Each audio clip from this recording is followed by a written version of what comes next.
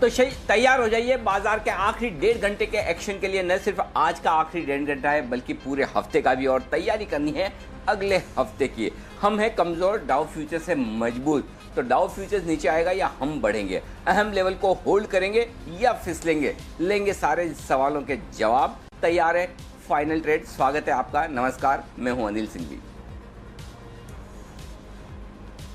और नमस्कार, मैं हूं दीपांशु भंडारी। जानेंगे अनिल जी से कि आखिरी 1.5 घंटे में मार्केट का एक्शन कैसे रह सकता है, किस तरह से आपको वीकेंड के लिए अपनी पोजीशन बनानी चाहिए, और ऑफ कोर्स भरपूर स्टॉक एक्शन तो रहेगा ही। तो अनिल जी, शुरुआत करते हैं। पहले तो बताइए सर, इस समय की बड़ी बातें क्या हैं? बाजार में उतार चढ़ाव और हल्की कमजोरी का है रुझान। हालांकि निफ्टी मजबूती के साथ टिका हुआ है 11,400 के ऊपर, लेकिन बैंक निफ्टी थोड़ा कमजोर ज्यादा है, लगभग 1% की गिरावट के साथ 22,200 22,003 बार करता हुआ। आईटी शेयरों में सबसे ज्यादा खरीदारी है। आज इंडेक्स को सहारा आईटी शेयरों से आता हुआ दिख रहा है। 1% से ज्यादा मजबूती आईटी इंडेक्स में आपको नजर आएगी। मेटल और प्राइवेट बैंक्स यहां पर प्रेशर आज आपको नजर आएगा, और इन्हीं के चलते बाजारों में थोड़ी बिकवाली है। ग्लोबल मार्केट से अच्छे संकेत हैं डाउ फ्यूचर से, उसके बावजूद मेटल शेयर थोड़ी सी कमजोरी के साथ कारोबार करते हुए दिख रहे हैं। यूरोप के बाजारों में सुस्ती है, लेकिन डाउ फ्यूचर्स कल की गिरावट की कुछ भरपाई करने को तैयार है, और ये है आपके लिए मजबूती वाला रुझान। 200 अंक डाउ फ्यूचर्स ऊपर आपको इस वक्त नजर आएगा। तो मिले जुले से संकेत है आज शुरुआत करने के लिए। आज से दीप तो अच्छे भी और कुछ कमजोर भी। जी बिल्कुल अनिल जी, अच्छे भी सुस्त भी। मैं निफ्टी की ब्रेथ भी देख रहा था सर, उतना ज्यादा सपोर्ट नहीं है, पर आज आईटी ने थोड़ी लीडरशिप संभाली हुई है। रिलायंस का पार्टिसिपेशन नहीं है, फिर भी निफ्टी संभला हुआ है सर। कैसे देखें इसको? बैंक निफ्टी में कमजोरी है, और ऑफ कोर्स वीकेंड के लिए किस तरह से तैयार करनी चाहिए अपनी पोजीशन? निफ्टी एक्स रिलायंस अगर कमज़ोर नहीं हो रहा तो ये अच्छा संकेत है दीप कि बिना रिलायंस के सपोर्ट के भी बाजार टिक सकता है, बढ़ सकता है, और ये आईटी शेयर इसका जिम्मा संभाले हुए आज। तो ये एक अच्छी बात है कि कहीं न कहीं सेक्टोरल रोटेशन या स्टॉक रोटेशन होता हुआ दिख रहा है। लेकिन बैंक निफ्टी ये कमज़ोर कड़ी है, और अभी भी बैंक निफ्टी में वो दम नहीं दिख रहा है। मैं ये सोच भी रहा था कि 22,650 पहले लेवल थे बैंक निफ्टी के, जहाँ तक पहुँचा। लेकिन मज़ा तब आता बैंक निफ्टी जब 22,950 23,050 तक का अपना एक रिवर्स करेक्शन देता, जो कि आपने 23,080 का लो बनाया। वहाँ से थोड़ा आगे बढ़कर माफ़ कीजिएगा 22,080 का लो बनाया। वहाँ से 1000 पॉइंट की तेज़ी तो बैंक निफ्टी में बननी चाहिए थी, लेकिन बैंक निफ्टी में सुबह से ही उतनी मजबूती के संकेत दिखे नहीं, और इसी वजह से आज हमने इस पर बाय कॉल रिपीट नहीं किया। लेकिन अब सपोर्ट रेंज में आ रहा है। 22,075 22,225 ये सपोर्ट रेंज है बैंक निफ्टी जहां पर आता हुआ दिख रहा है। आप देखिए आज का लो 22,200 है, और निफ्टी अपना पहला सपोर्ट लेवल है 11,425, उसके नीचे भी जाने को तैयार नहीं है। तो कम से कम अभी तक ये अच्छा संकेत है दीप कि हम अपने अहम लेवल को होल्ड करने की कोशिश करते हुए दिख रहे हैं, और उसके नीचे नहीं जा रहे हैं, स्पेशली निफ्टी पर। तो निफ्टी अब भी मजबूत है, अब भी ठीक है। बैंक निफ्टी थोड़ा प्रेशर में है ही, वो आपको साफ नजर आ रहा है। आइए चलते हैं, आगे बढ़ते हैं, और इस इंडेक्स से आगे बढ़कर अब स्टॉक्स पर करते हैं फोकस। भसीन साहब हमारे साथ कार्यक्रम में शामिल हो रहे हैं, और वक्त है उनसे क्लोजिंग शो की बेहतरीन पिक्स लेने का।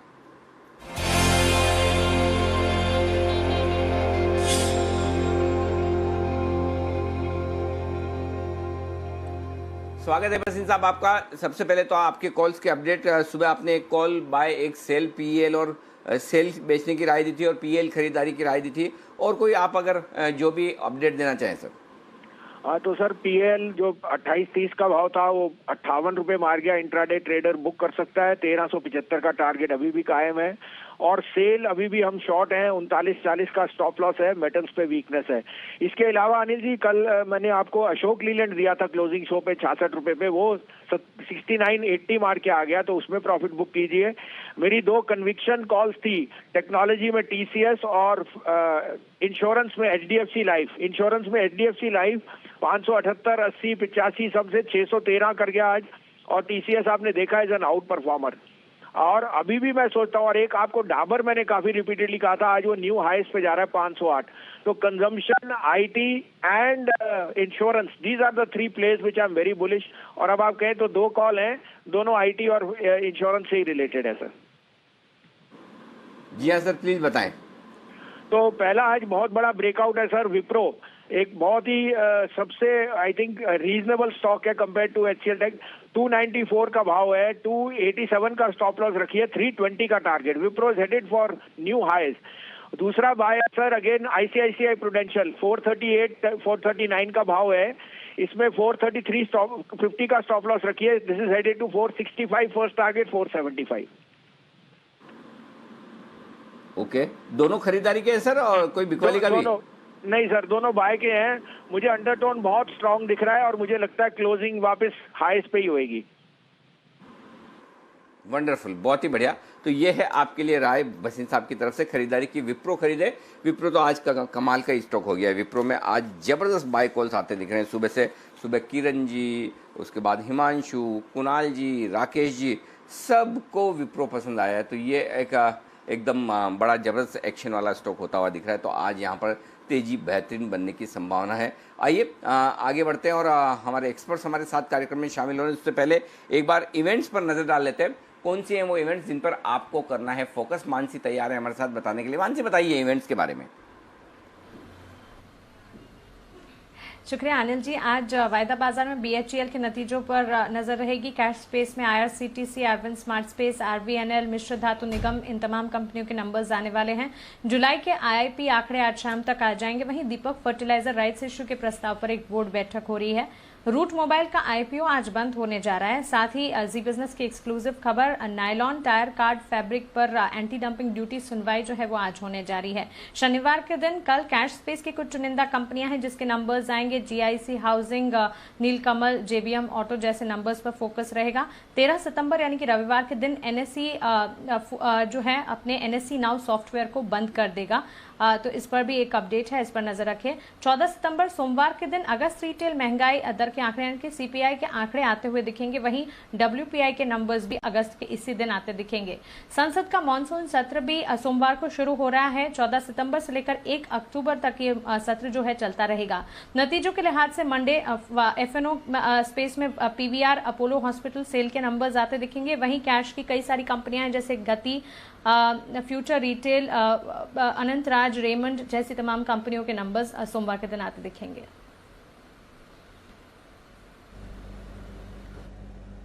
ओके, तो ये हैं कुछ इवेंट्स जहां पर आपको नजर रखनी चाहिए। कई सारे वहां पर स्टॉक्स आ रहे हैं, पर आइए एक्शन की शुरुआत करते हैं। हमारे एक्सपर्ट्स हमारे साथ जुड़ रहे हैं। विश्वेश जी भी हमारे साथ हैं और विश्वेश जी के पास एक कॉल तैयार है, तो बिगुल बजाते हैं विश्वेश जी के लिए।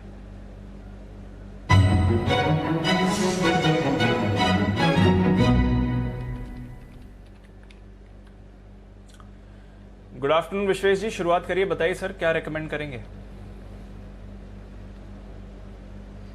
मैं सुन रहा था वसीम साहब को और मेरी भी पसंद थी विप्रो, क्योंकि मैंने काफी लोअर लेवल पे आइडेंटिफाई किया था तो अब चल गया। लेकिन आईटी स्पेस में बहुत बड़ा ब्रेकआउट है और विप्रो के बाद मुझे ऐसा लग रहा है कि एचसीएल टेक में खरीदारी करनी चाहिए। एचसीएल टेक में सबसे इंटरेस्टिंग ऑब्जर्वेशन ये है कि stock almost all time high पे चल रहा है, लेकिन ओपन इंटरेस्ट अगर आप देखेंगे तो वो रिलेटिवली बहुत ही कम है। That means nobody is holding a large position in the stock. और जिस हिसाब से एचसीएल टेक के दिन में आज के दिन में ब्रेकआउट आ रहा है, मुझे लग रहा है स्टॉक इज हेडिंग फॉर 760। तो 710 के स्टॉप लॉस से एचसीएल टेक खरीदना है। एचसीएल टेक के अंदर में आज से सबसे बड़ी अच्छी चीज ये हुई है उसका पुट कॉल रेशियो 0.51 के आसपास है। तो हैवियर कॉल राइटिंग है हायर लेवल के ऊपर। तो मुझे लगता है कि स्टॉक अगर मूव करता है तो शार्प शॉर्ट कवरिंग आ सकती है। And relative to other IT pack, HCL tech मेरे हिसाब से विप्रो और एचसीएल टेक दोनों आउट परफॉर्म करेंगे। तो एचसीएल टेक खरीदना है, थोड़ा नीचे आए तो भी खरीदिए, करंट लेवल पे खरीदिए। मुझे लगता है ये सीरीज के एंड तक आपको 760 के लेवल देखने मिल सकते हैं। 760 के टारगेट के लिए एचसीएल टेक में खरीदारी करनी है। 710 का स्टॉप लॉस। आप कह रहे हैं कि आपकी भी पहली पसंद विप्रो था और बहुत पहले आपने आइडेंटिफाई किया। तो दो सवाल है, पहले किस लेवल पे आइडेंटिफाई किया विश्वेश जी, और दूसरा सवाल है आइडेंटिफाई किया तो बताया क्यों नहीं?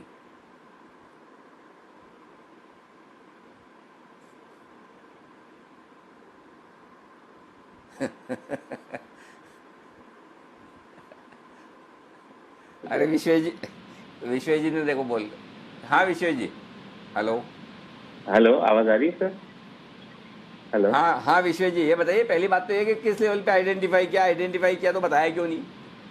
सर आइडेंटिफाई किया था 290 के आसपास, और 290 पे मैंने सोचा कि आपको फोन ऑफ फ्रेंड का यूज करूं, लेकिन मुझे लगा क्लोजिंग शो में इनिशिएट करेंगे। लेकिन जिस हिसाब से मोमेंटम है, मुझे लग रहा है कि सबने रिकमेंड कर दिया, तो मैंने वो स्टॉक चुना जो किसी ने नहीं चुना है, विच इज एचसीएल टेक। और देखिए विप्रो का बहुत ही स्ट्रांग ब्रेकआउट है, जिसको फ्लैग एंड पोर्ट कहते हैं, और लोअर टाइम फ्रेम पे एक कप एंड हमारा कोई इंटरेस्ट नहीं है। देखिए एक मिनट विश्वेश जी, मैं आपको एक चीज साफ कर दूं, विप्रो को बैकआउट में हमारा कोई इंटरेस्ट नहीं है। ऐसा है ना, एक दिन हुआ था बंसल जी के साथ में कि बंसल जी की दुल्हनियां ले गए कोई और, ठीक है। आपके साथ आज हुआ, आपकी दुल्हनियां ले गए 3-3, 4-4 लोग, कुणाल जी, राकेश जी, ठीक है, उसके अलावा किरण जी, उसके अलावा हिमांशु जी, 4-4 लोग सुबह विप्रो रिकमेंड कर चुके हैं। बच्चे थे एक बसीन साहब 5, आप 6ठे नंबर पे हैं। बंसल जी जरा ये बताइए कितना लेट हुए, जरा सा ये बताइए। और अब आज आपका जो पुराना गम है, पुरानी जो तकलीफ है बंसल जी, वो काफी कुछ कम हुई होगी। बिल्कुल अनिल जी, देखिए मैं तो दूसरे नंबर पे था, सेकंड आया था सेकंड। विश्वेश जी तो मतलब कि लाइन के एकदम एंड पर 6ठे नंबर पर हैं, और इनको तो अनिल जी कोई चांस नहीं है। मतलब कि दुल्हनिया तो छोड़िए, शादी में जलेबी आइसक्रीम खाने का भी चांस नहीं मिलेगा। काफी देर हो गए, लेट हो गए हैं। चलिए, तो ये है आपके लिए विश्वेश जी, लेकिन फिर भी एचसीएल टेक की लाइन में आप थोड़ा आगे हैं कंपेरेटिवली। वैसे एचसीएल टेक भी सुबह रिकमेंड जरूर हुआ है, लेकिन आइए इस बीच वागले साहब भी तैयार है अपने एक वंडरफुल शेयर के साथ, तो वागले का वंडर देख लेते हैं।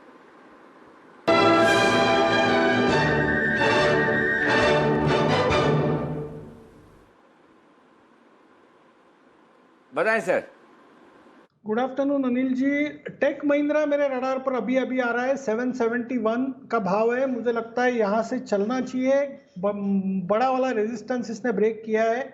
मैं यहाँ पर बाय करूंगा, 4-5 रुपए के नीचे की रेंज होगी। 760 के नीचे का मेरा स्टॉप लॉस होगा, तो 10-12 रुपए का रेंज होगा।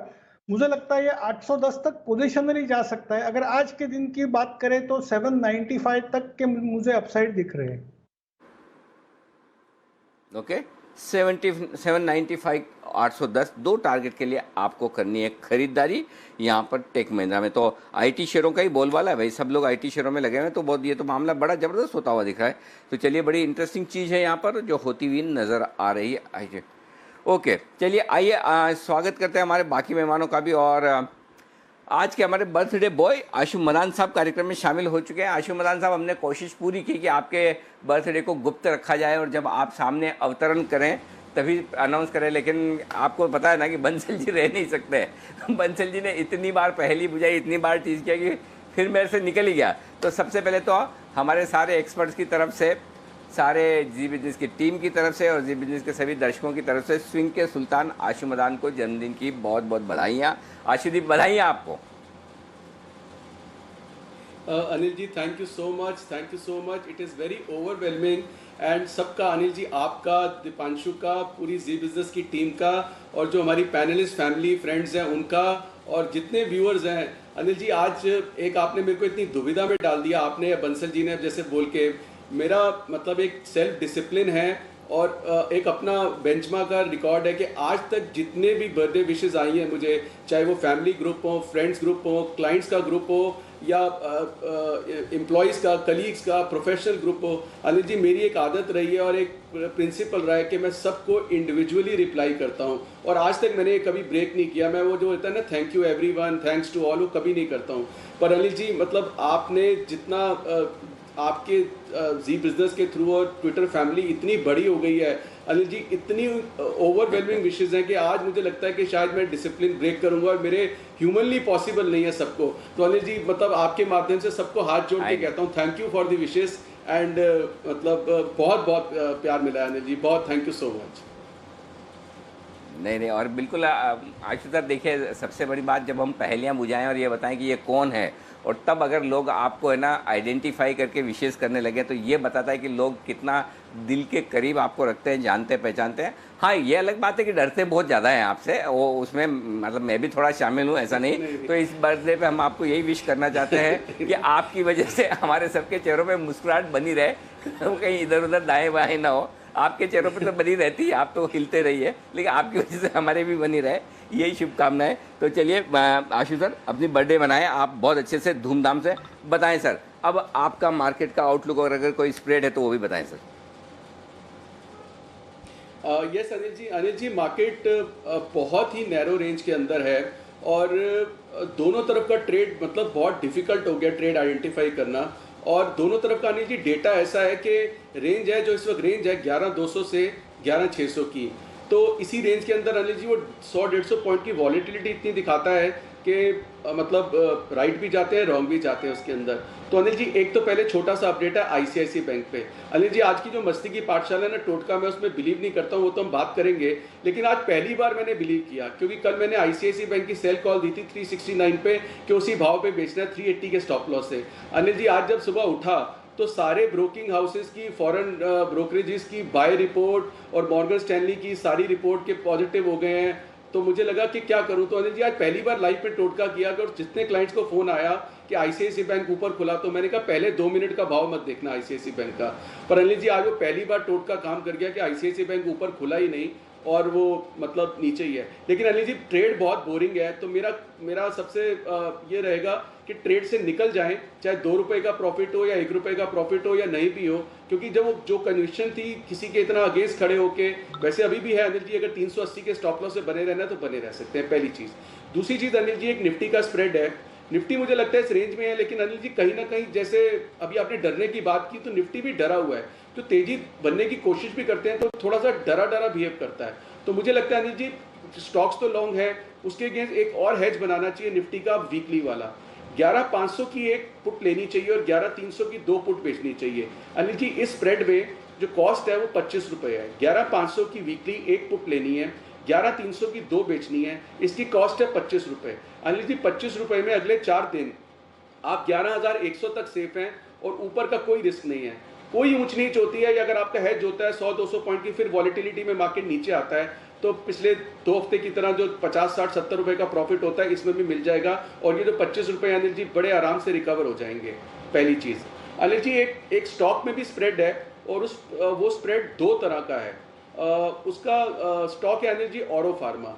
तो अनिल जी मैं आपको बताता हूँ कि ऑरो फार्मा और सन फार्मा अगर आप पिछले दिनों में देखें अनिल जी, ये नीचे आने के बाद कई अटेम्प्ट मार चुके हैं ऊपर और ऐसे लगता है कि फिर ये ऊपर चलना शुरू होंगे। वो सन फार्मा 510-15 जाता है, फिर नीचे आ जाता है। Every day, almost every day Auro pharma try करता है 820-25 और फिर 800 से नीचे आ जाता है। तो अनिल जी स्ट्रेंथ तो नहीं दिखा रहे, लेकिन ये भाव ऐसा है कि इस पे कुछ करने का मन करता है। तो अनिल जी ऑरो फार्मा पे 2 स्ट्रैटेजीज है, पहले दोनों स्ट्रैटेजी सुन लें, कोई किसी को भाग के लेने या बेचने वाली बात नहीं है। एक स्ट्रैटेजी अनिल जी ऑरो फार्मा की 800 की स्ट्राइक की एक कॉल को बाय करना है और 840 की 2 स्ट्राइक, 840 स्ट्राइक की 2 कॉल बेचनी है। Anil ji 800-840 1:2 bull spread in Auro pharma, cost 0, only margin. Anil ji 880 तक सेफ है। अगले 10 दिन के अंदर अनिल जी अगर ये 815-20 जाता है या 30 जाता है, 40 जाता है तो इसमें बहुत बड़ा प्रॉफिट हो सकता है और सेफ है 880 तक, नीचे कोई रिस्क नहीं है। तो अनिल जी ये एक जीरो कॉस्ट का स्प्रेड है ऑरो फार्मा का। अब अनिल जी ऑरो फार्मा में हमने क्लाइंट को एक दूसरा तरीका भी दिया है अगर किसी को प्ले करना है, ये है क्रेडिट ब्रियर स्प्रेड। इसमें अनिल जी 800 रुपए की एक पुट लेनी है 800 स्ट्राइक की और 780 की 2 पुट बेचनी है। इसकी अनिल जी कॉस्ट है आपको 12 रुपए का क्रेडिट मिलेगा, आपको 12 रुपए का क्रेडिट मिलेगा। 800 की एक पुट लेनी है, 780 की 2 पुट बेचनी है, आपको 12 रुपए का क्रेडिट मिलेगा। तो अनिल जी अगर ये 800 से ऊपर रहता है या 780 से भी ऊपर रहता है अगले 10 दिन में एक्सपायरी में, जो कि मुझे लगता है 780-800 बैंड बहुत बड़ा कंसोलिडेशन है इसका, तो अनिल जी ये 12 रुपए के हिसाब से जो 13 आपको 15,000 रुपए तो अभी मिल गए, 15,000 मिनिमम प्रॉफिट होगा और अगर 80 के आसपास जाता है तो प्रॉफिट आपको बहुत बड़ा, ये प्रॉफिट 30 से 35,000 भी हो सकता है। लेकिन इसकी सेफ्टी है अनिल जी 750 तक। 750 के नीचे अगर ऑरो फार्मा चला गया तो इसमें लॉस होगा और जाने को अनिल जी कुछ भी हो सकता है। अगर आपको ध्यान हो 840 पे, 940 पे, 885 तक सेफ खेला था कि 885 नहीं टूटेगा तो टूट गया था। सो अनिल जी 780-800 बैंड है, ये कंसोलिडेशन है और ये बैंड कितना स्ट्रेंथ है इस कंसोलिडेशन की अनिल जी, इस बेसिस पे ये दोनों स्प्रेड बने हैं। और इसकी राय अनिल जी अगर कुणाल जी थोड़ा लिमिटेड इंटरवेंशन दे दें as a birthday gift on Auro pharma तो it will be great help.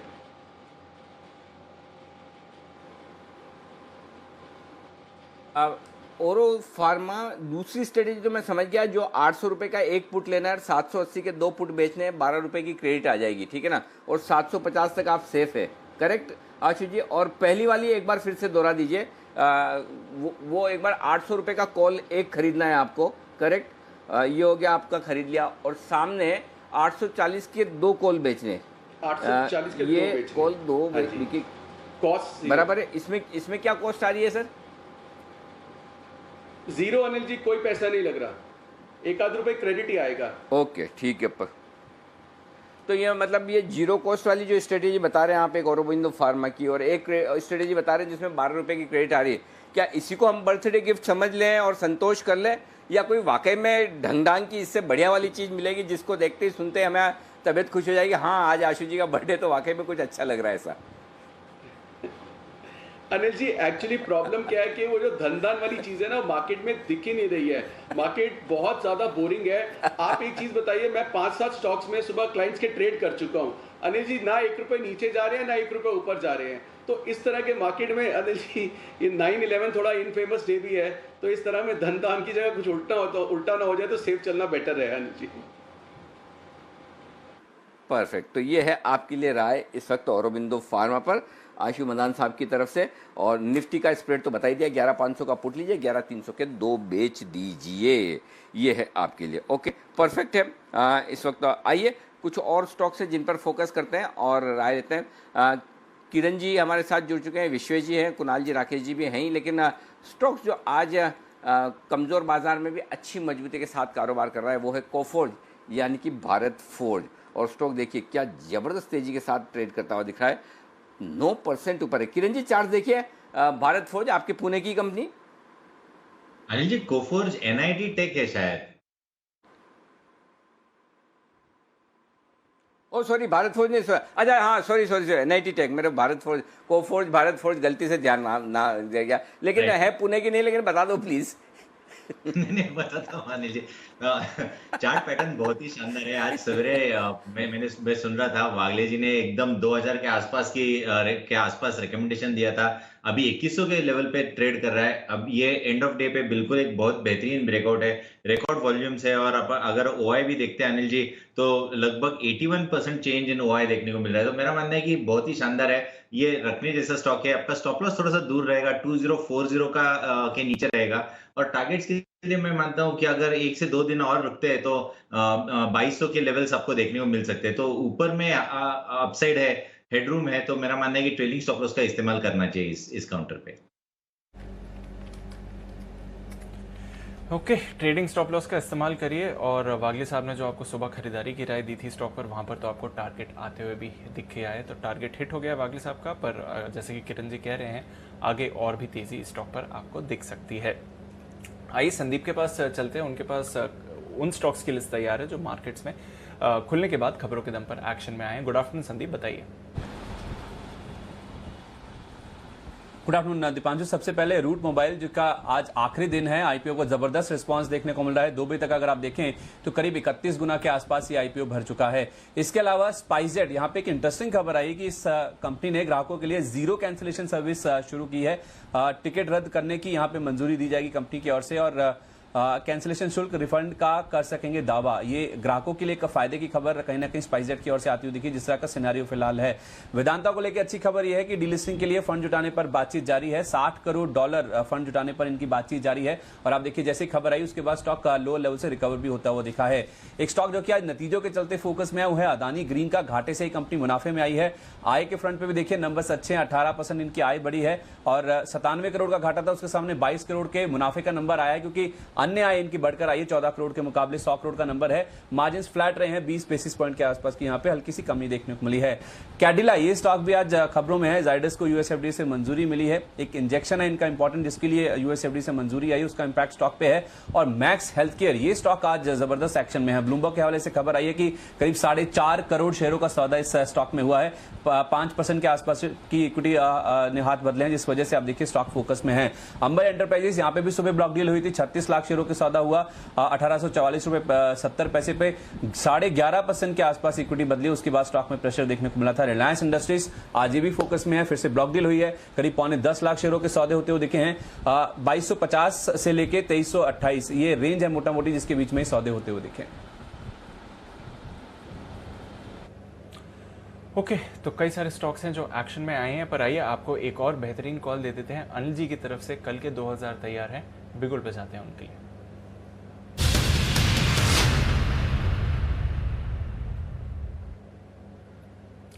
बताएं सर। दीप, खरीदारी करने की राय और स्टॉक है वेदांता। 131.50 रुपए के आसपास फ्यूचर्स ट्रेड कर रहे हैं। यहाँ पर तेजी करने की राय है मेरी। और आपको याद होगा परसों भी हमने इसको स्टॉक ऑफ द डे में सुबह दिया था और खरीदारी की राय दी थी 126 रुपये के आसपास। वहाँ से मजबूती के साथ बढ़ रहा है। तब भी 137 140 के टारगेट थे। आज फिर से यही टारगेट के लिए आपको खरीदारी करनी है। और वजह यह है कि देखिए, अभी जो संदीप बता रहे थे कि वेदांता ने डी लिस्टिंग के लिए अपना और पैसे जुटाने का इंतज़ाम किया, तो 15 सितंबर को माफ़ कीजिएगा, 15 सितंबर को बोर्ड बैठक है। वैसे तो नतीजों पर है, लेकिन जाहिर सी बात है कि जब सबसे बड़ा मुद्दा हो डीलिस्टिंग का, तो उस डीलिस्टिंग के मुद्दे पर भी बोर्ड बैठक में कुछ न कुछ बात तो होगी और आगे बात बनने के आसार भी है। प्राइसिंग वगैरह क्या होनी चाहिए, कैसे होनी चाहिए, इन सब चीज़ों पर चर्चा होगी। और उससे पहले कंपनी ने अपने प्रयास तेज किए हैं फंड जुटाने के लिहाज से, तो ये एक बड़ी चीज़ है। तो ये कर्ज के जरिए अलग अलग तरीक़ों से जो इनकी पेरेंट कंपनी है वेदांता रिसोर्सेज लिमिटेड, लंदन वाली जो कंपनी, वो फंड जुटाने की बात करिए। अभी ये जो खबर आई है ब्लूमबर्ग पे, वो खबर काफ़ी इंटरेस्टिंग है, पॉजिटिव है इस स्टॉक के लिए।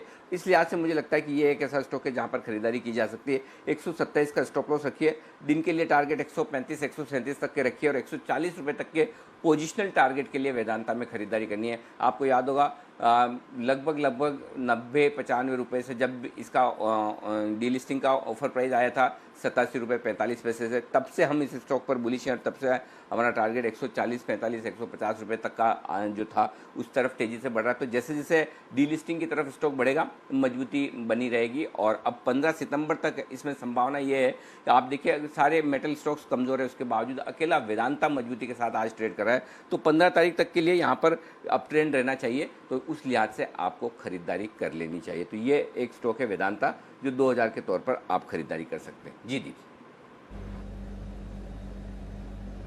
ओके, हाई कन्विक्शन कॉल है अनिल जी की तरफ से। वेदांता यहाँ पर आप खरीदारी करिए, अच्छे रिटर्न्स आ सकते हैं और पोजिशनल बेसिस पर भी अगर आप चाहें तो स्टॉक को होल्ड कर सकते हैं। आने वाले दिनों में अच्छी तेजी दिखा सकते हैं और 15 तारीख को तो ऑफकोर्स इसके नतीजे आएंगे, तो वहाँ पर भी नजर है। तो वेदांता पर नजर रखते हैं। एक्शन है, पिछले कुछ दिनों से काफ़ी पॉजिटिव ट्रेड भी आपको दिखा रहा है।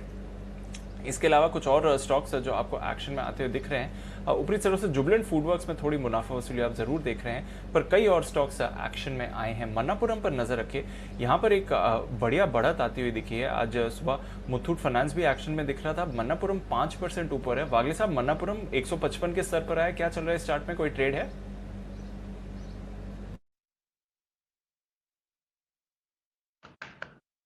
दीपांशु, काफी मूवमेंट आ चुकी है। हालांकि मुझे लगता है कि ये अभी भी ऊपर जाना चाहिए 157 158 तक, लेकिन रिस्क टू रिवॉर्ड मैच नहीं होगा।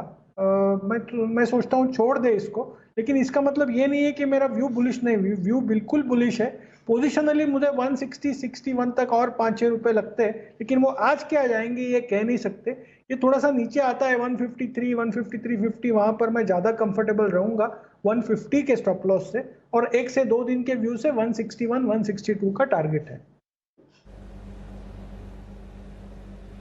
ओके, 161 162 का टारगेट है, पर थोड़ा डिप पर आए तो फिर खरीदारी कर सकते हैं। पर आइए एक और स्टॉक पर ट्रेड तैयार है। इस बार राकेश जी कुणाल जी की तरफ से बिगुल बजाते हैं बाय सेल चार्ट कॉर्नर का।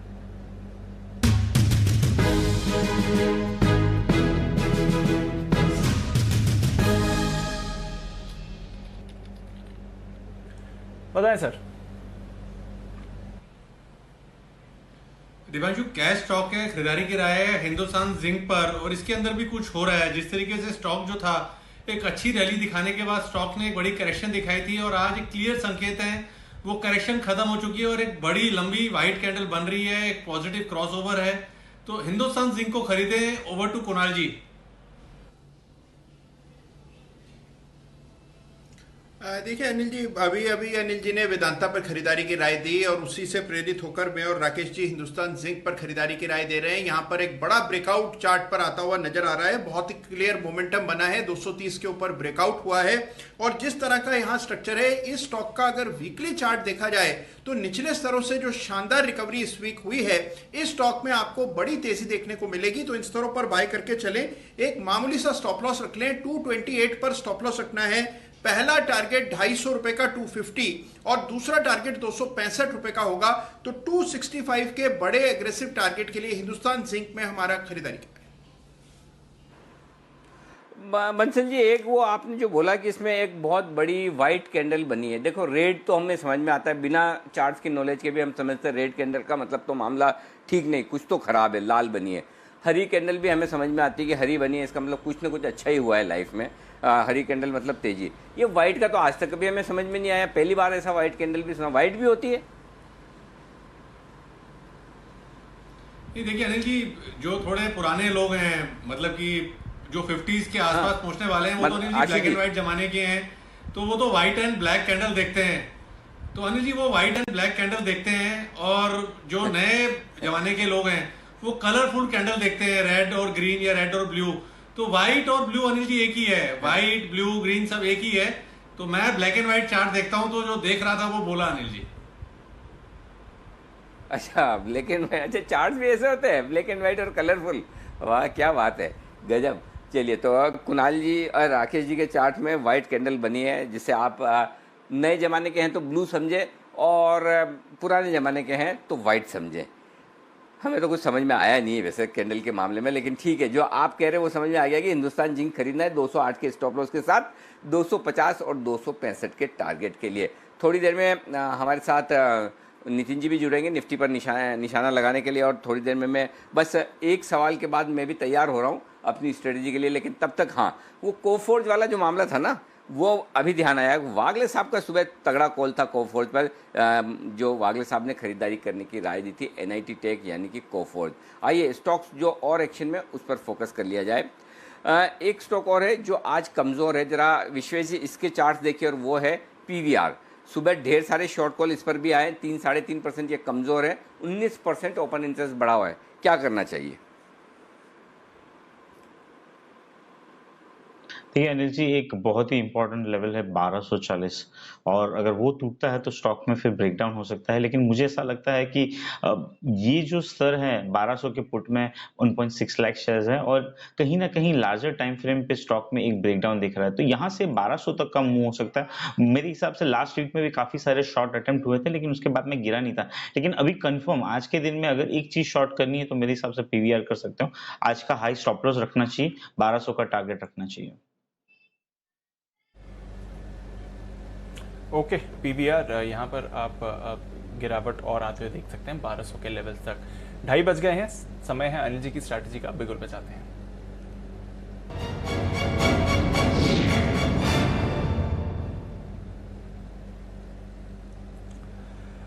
अनिल जी, ग्लोबल क्यूज की बात करें तो ऊपरी स्तरों से डाउ फ्यूचर्स तकरीबन 40 अंक फिसले हैं सर, पर अभी भी 150 अंकों की तेजी में है। नैस्डैक फ्यूचर्स में आज एक अच्छा रिबाउंड आ रहा है कल की गिरावट के बाद, 1.25% की तेजी आपको नैस्डैक फ्यूचर्स में दिख रही है, वहां से अच्छा एक्शन है। यूरोप की थोड़ी सुस्त शुरुआत हुई है सर, यूके के बाजार पॉजिटिव हैं, जर्मनी और फ्रांस थोड़ी सी गिरावट दिखा रहे हैं, और एशिया की मिलीजुली क्लोजिंग रही। हालांकि हैंगसेंग और चाइना दोनों ही 0.5% ऊपर थे, और जापान भी उतना ही ऊपर था। तो एशिया ठीक ठाक रहा, यूरोप थोड़ा सुस्त है, डाउ फ्यूचर्स और नैस्डैक फ्यूचर्स पॉजिटिव है। सर बताइए हमें क्या करना चाहिए? पहले देखिए निफ्टी की बात कर लेते हैं। निफ्टी पर 11,400 पहला सपोर्ट है, जहां 22 लाख शेयर पुट में है, और आज पूरे दिन पर हमने 11,400 को तोड़ा नहीं है। देखिए 11,419 का लो बनाया है, तो ऐसे तो मजबूती है। निफ्टी में कमजोरी के संकेत है नहीं, भले आप ये कहें कि बढ़ नहीं रहा लेकिन घट भी नहीं रहा। तो पहली चीज़ तो 11,400 11,500 निफ्टी की रेंज हो गई। 11,500 पर 28 लाख शेयर कॉल्स में है, जिसमें से 13 लाख आज ही जुड़े हैं। 11,400 पर 22 लाख शेयर हैं पुट में, जिसमें से 11 लाख आज ही जुड़े हैं। तो 11,400 11,500 आपके लिए ब्रॉड रेंज है, और अगर थोड़ा इसको एक्सटेंड करना चाहें तो 25-25 पॉइंट दोनों तरफ कर लें, 11,375 11,525, इसी में आप वक्त बिता देंगे। तो पॉइंट सिंपल है, 11,400 11,425 की रेंज में खरीदना है, 11,475 11,500 की रेंज में बेचना है। ये निफ्टी की स्ट्रेटजी होगी आपकी। रेंज बाउंड ट्रेड है, ज़्यादा निफ्टी में मिलेगा नहीं कुछ करने को। बैंक निफ्टी आइए। बैंक निफ्टी में एक चीज़ साफ दिख रही है, 22,500 आज पार नहीं हो पाएगा। 22,500 से 22,700 कंजेशन जोन है, प्रॉफिट बुकिंग रेंज है और यहाँ पर बहुत ज़्यादा पोजीशन बनती हुई दिख रही है। 22,500 पर 7 लाख शेयर कॉल्स में है, 600 700 22,600 22,700 पर 4-4 लाख शेयर है। यहाँ कॉल राइटिंग थोड़ी सी होके रखिए। तो आज हफ्ते के आखिरी दिन 22,500 से 22,700 की रेंज को बैंक निफ्टी को पार करना मुश्किल होगा। बैंक निफ्टी कंपेरेटिवली थोड़ा सा कमज़ोर दिख रहा है, लेकिन इसका मतलब ये नहीं कि बैंक निफ्टी टूट कर बिखर जाएगा। 22,000 के आसपास जो 6 लाख शेयरों का ओपन इंटरेस्ट है वो काफ़ी मजबूत है। मेरा ये समझना है बैंक निफ्टी को 22,075 से 22,225 इस रेंज में खरीदना चाहिए। 22,000 का स्टॉप लॉस होगा और ऊपर की तरफ वापस से आप 22,300 22,450 ये दो टारगेट के लिए खरीद सकते हैं। अगर पहले 22,450 22,500 आ जाए तो वहाँ पर शॉर्ट कर दीजिए और उसके बाद नीचे में वापस आप ले सकते हैं। तो ये रेंज क्लियर कट है, 22,075 22,225 बैंक निफ्टी खरीदारी की रेंज, 22,000 का स्टॉप लॉस है। ऊपर में 22,300 और 22,450 दो टारगेट। पहले ऊपर आ जाए 22,450 22,550 की रेंज में शॉर्ट करिए और 22,700 का स्टॉप लॉस है, वापस नीचे में खरीद लीजिएगा। तो ये सिंपल है। अभी रेंज के बीचों बीच में तो दीप अभी कोई ट्रेड बनता नहीं है। बिल्कुल, तो ट्रेड तो वैसे अवेलेबल है पर इन लेवल्स पर अवेलेबल नहीं है। तो थोड़ा मार्केट्स को या तो ऊपर जाने दीजिए, शॉर्ट करिए, या फिर थोड़ा नीचे आने दीजिए और फिर खरीदारी करिए। तो रेंज के हिसाब से जो मार्केट में मूवमेंट आएगा वहां से आपको ट्रेड का अपॉर्चुनिटी मिलेगी। इस समय तो नहीं है। कोई बात नहीं, इंडेक्स पर इस समय कोई ट्रेड निकल कर नहीं आ रहा है, पर स्टॉक्स पर तो बढ़िया एक्शन आपको आते हुए दिख रहा है। कंटेनर कॉर्पोरेशन, यहाँ पर हम सुबह से एक्शन देख रहे हैं। आज सुबह एक पॉजिटिव ब्रोकरेज रिपोर्ट भी आई थी और वो बात कर रही थी कि आने वाले कुछ महीने स्टॉक के लिए अच्छे रह सकते हैं। डेज हाई पर आया है कॉनकॉर, इस समय अच्छी खरीदारी दिख रही है। सुमित जी, कॉनकॉर पर कोई ट्रेड है? 3.5-4% ऊपर है अब तो इस समय। दीपांशु, जस्ट अभी कॉनकॉर के अंदर मोमेंटम स्टार्ट हो रहा है। कॉनकॉर यहाँ से एक अच्छा अपसाइड मूव दिखा सकता है, जिसमें 395 से 400 रुपए तक का बाउंस देखने को मिल सकता है। 395 400 इमीडिएट टारगेट होंगे और स्टॉक का नीचे में 370 के आसपास का स्टॉप लॉस लगाना है। 400 का लेवल टूटने के बाद इसमें और भी तेजी देखने को मिलेगी। फिलहाल एक बाउंस बैक जरूर देखने को मिल सकता है 395 से 400 रुपए तक का। ओके, ये है आपके लिए कंटेनर कॉर्पोरेशन पर। आरवीएनएल रेल विकास, यहाँ पर नजर रखिए और अच्छे नतीजे दिख रहे हैं। आय में हमने हल्की सी बढ़त देखी है, 2,850 करोड़ से बढ़कर आय आई है 2,911 करोड़, पर मुनाफे में हमने कटौती देखी है। 182 करोड़ से घटकर मुनाफा आया है 141 करोड़ पर। स्टॉक में आप थोड़ी तेजी बनते हुए देख रहे हैं। कुणाल जी, आरवीएनएल का चार्ट देखिए सर, 21.5 पर ट्रेड कर रहा है, 3-3.5% की तेजी है इस समय। नतीजे ठीक ठाक लग रहे हैं, देखेंगे थोड़ा कामकाजी तौर पर कैसे रहे, पर आय में डेफिनेटली बढ़त है तो वो एक पॉजिटिव साइन लेना चाहिए। आरवीएनएल चार्ट क्या बता रही है सर?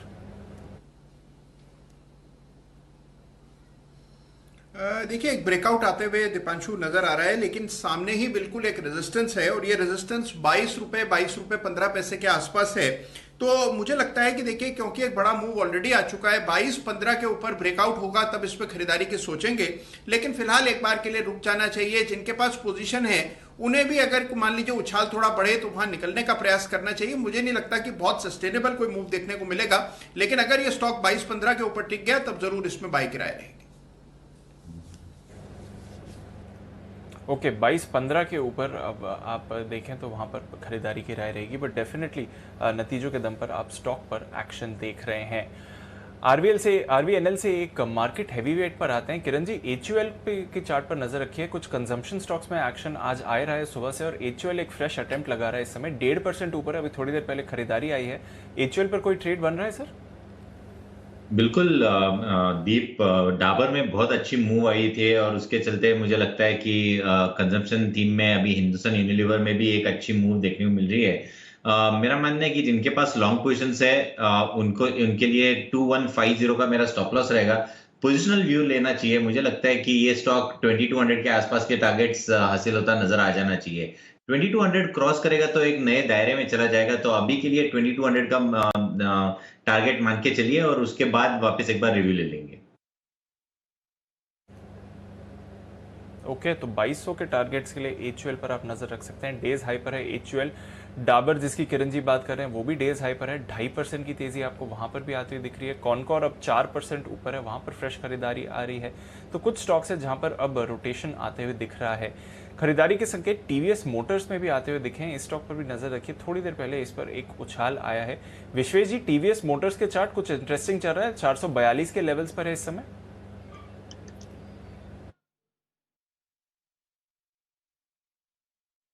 445 और कहीं ना कहीं 450 के कॉल में भी 4 लाख शेयर है। तो देखिए अगर 445 443 रेंज निकलता है तो 450 तक का हम मूव देख सकते हैं, लेकिन इस तरह से पोजिशनल चार्ट में कुछ बेरिश फॉर्मेशन है, मैं रेफर नहीं करना चाहूंगा। ऑन दी अदर हैंड एक स्टॉक अच्छा लग रहा था purely from short term point of view, वो था बालाकृष्ण इंडस्ट्री।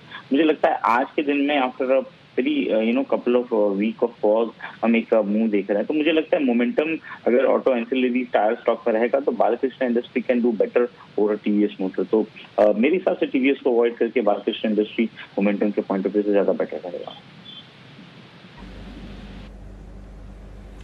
ओके, ऑटोज में ही रहिए पर टीवीएस से बेटर है बालकृष्ण इंडस्ट्रीज, ये है स्टॉक जहां पर आपको नजर रखनी है।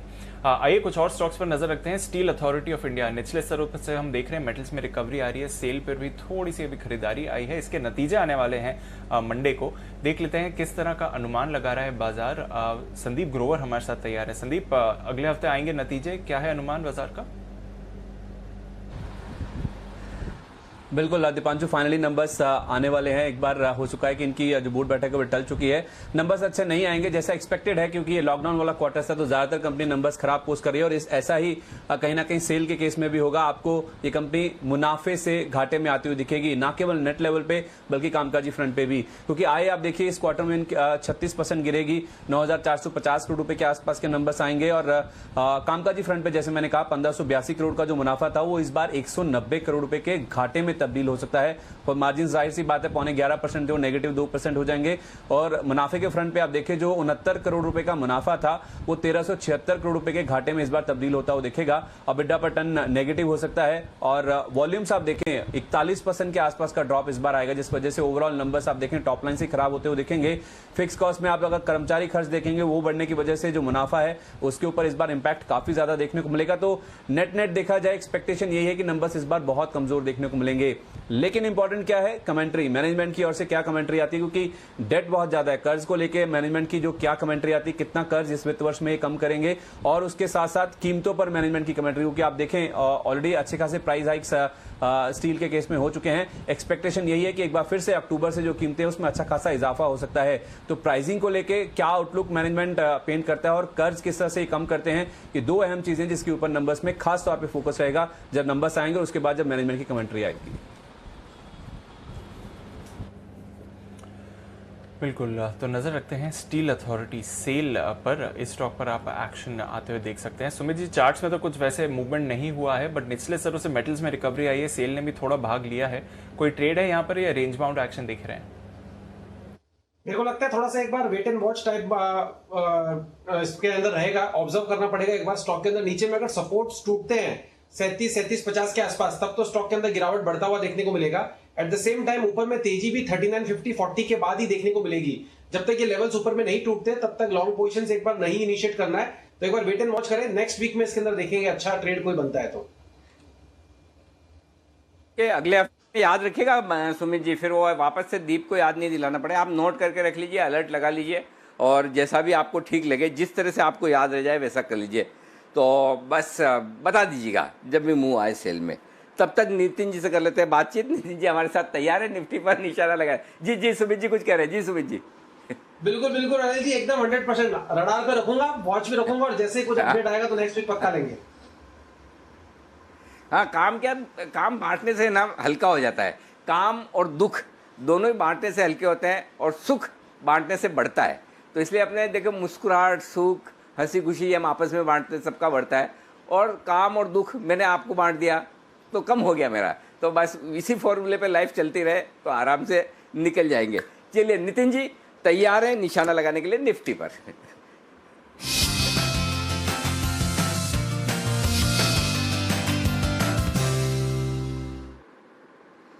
स्वागत है आपका नितिन जी, बताएं सर क्या करना है। देखिए अनिल जी, निफ्टी और बैंक निफ्टी दोनों पे ओपन पोजीशन ऑलरेडी क्रिएटेड है। कल हम लोगों ने बियर पुट स्प्रेड ली थी 22,400 की पुट लेकर के 22,000 की पुट बेचा था। उसको होल्ड करेंगे, अभी उसमें 20-25 रुपए का ही प्रॉफिट है और सुबह खुलने पे भी हमारा स्टॉप लॉस इसमें नहीं लगा है, तो इसको हम कैरी करेंगे। क्योंकि जो बैंक निफ्टी का डेटा है वो अभी भी नेगेटिव बना हुआ है। आज बैंकिंग में आप देखेंगे तो 30% का ओपन इंटरेस्ट एडिशन है और बैंक का जो हेवी वेट है जैसे एचडीएफसी बैंक है इसमें 1-1.25% की गिरावट है, जहाँ पे शॉर्ट पोजीशन बन रही है। बैंकिंग के सारे स्टॉक्स वीक लग रहे हैं, तो मुझे लग रहा है कि अगले हफ्ते बैंक निफ्टी 22,000 या उसके नीचे जा सकती है। तो बैंक निफ्टी की हम बियर पुट स्प्रेड जो बनाई थी वो कैरी करेंगे, या फिर अगर आपने नहीं बनाई है तो फ्रेश बना सकते हैं। 22,400 की पुट लेनी है और 22,000 की पुट बेचनी है। दूसरा, सुबह हमने निफ्टी की बियर पुट स्प्रेड ली थी 11,500 की पुट लेके 11,400 की पुट बेची थी। उसको भी कंटिन्यू करेंगे, कैरी फॉरवर्ड करेंगे, क्योंकि निफ्टी में भी 12-13% का ओपन इंटरेस्ट फ्राइडे के दिन ऐड हुआ है, तो अच्छा ओपन इंटरेस्ट है और निफ्टी ऊपर नहीं जा पा रही है। 11,500 पे कॉल राइटिंग भी काफी है। तो सबको अगर मैं समराइज करूं और मिलाऊं तो मुझे इस लेवल पे बाइंग के लिए रिस्क वार्ड रेशियो नहीं दिख रहा है और मुझे लग रहा है एक बार हम 60-70 पॉइंट नीचे जा सकते हैं। इसलिए हम जो बियर पुट स्प्रेड है उसको कैरी करेंगे, या फिर अगर आपने नहीं बनाई है तो फ्रेश क्रिएट कर सकते हैं। 11,500 की पुट लेनी है और 11,400 की पुट बेचनी है। ये दोनों पोजीशन एज इट इज हम कैरी फॉरवर्ड करेंगे। तो चलिए, आपको करना क्या मैं एक बार फिर से बताता हूँ। निफ्टी जो आपका पहले का बेयर पुट स्प्रेड बना हुआ है वो होल्ड करिए, नहीं तो नया बना लीजिए। अभी 12,400 का इन द मनी पुट खरीदिए, माफ़ कीजिएगा 22,400 का इन द मनी पुट खरीदिए और 22,000 का बेच दीजिए। ये हो गई आपकी बैंक निफ्टी पर शॉर्ट पोजीशन। 22,400 का पुट खरीदना है, 22,000 का बेचना है। निफ्टी में 11,500 का इन द मनी पुट खरीद लीजिए और 11,400 का बेच दीजिए। ये आपका हो गया एक पोजीशन। तो ये दोनों ही पोजीशन आप बनाकर चलें। बात तो सही कह रहे हैं नितिन जी कि 11% आज ओपन इंटरेस्ट निफ्टी में बना है, 31% का ओपन इंटरेस्ट बैंक निफ्टी में बना है। हफ्ते के आखिरी दिन इतना ओपन इंटरेस्ट एडिशन ज़्यादा तो है, इसमें तो कोई डाउट नहीं, ज़्यादा तो है। अब देखते हैं सोमवार को क्या होता है। डाउ फ्यूचर्स मजबूत दिख रहे हैं लेकिन हमारे बाजार में उतनी ताकत दिख नहीं रही है जितनी दिखनी चाहिए। तो ये आपके लिए नितिन जी की राय है इस वक्त निफ्टी और बैंक निफ्टी पर। चलिए बढ़ते हैं आगे। और स्टॉक्स जो एक फेवरेट है वागले साहब आपका, अदानी एंटरप्राइजेस 1.5% कमजोर है और 15% इसका आज ओपन इंटरेस्ट बढ़कर आया है। हल्की फुल्की गिरावट है या कुछ बड़ा गिरने को तैयार हो रहा है? अनिल जी, कल इसमें एक मोमेंटम था जो फिजल आउट हो गया ड्यूरिंग द डे। आज मेरे हिसाब से साइडवेज है। कल के रेंज का प्ले है 291 on the down side, 299,300 on the upside या 303 ऑन द अपसाइड। मुझे ये रेंज क्रॉस होते हुए दिख नहीं रहा है। बेचना भी है तो इसको 290 ब्रेक होने के बाद ही बेचना चाहिए, अभी बेच के मतलब नहीं बनता है।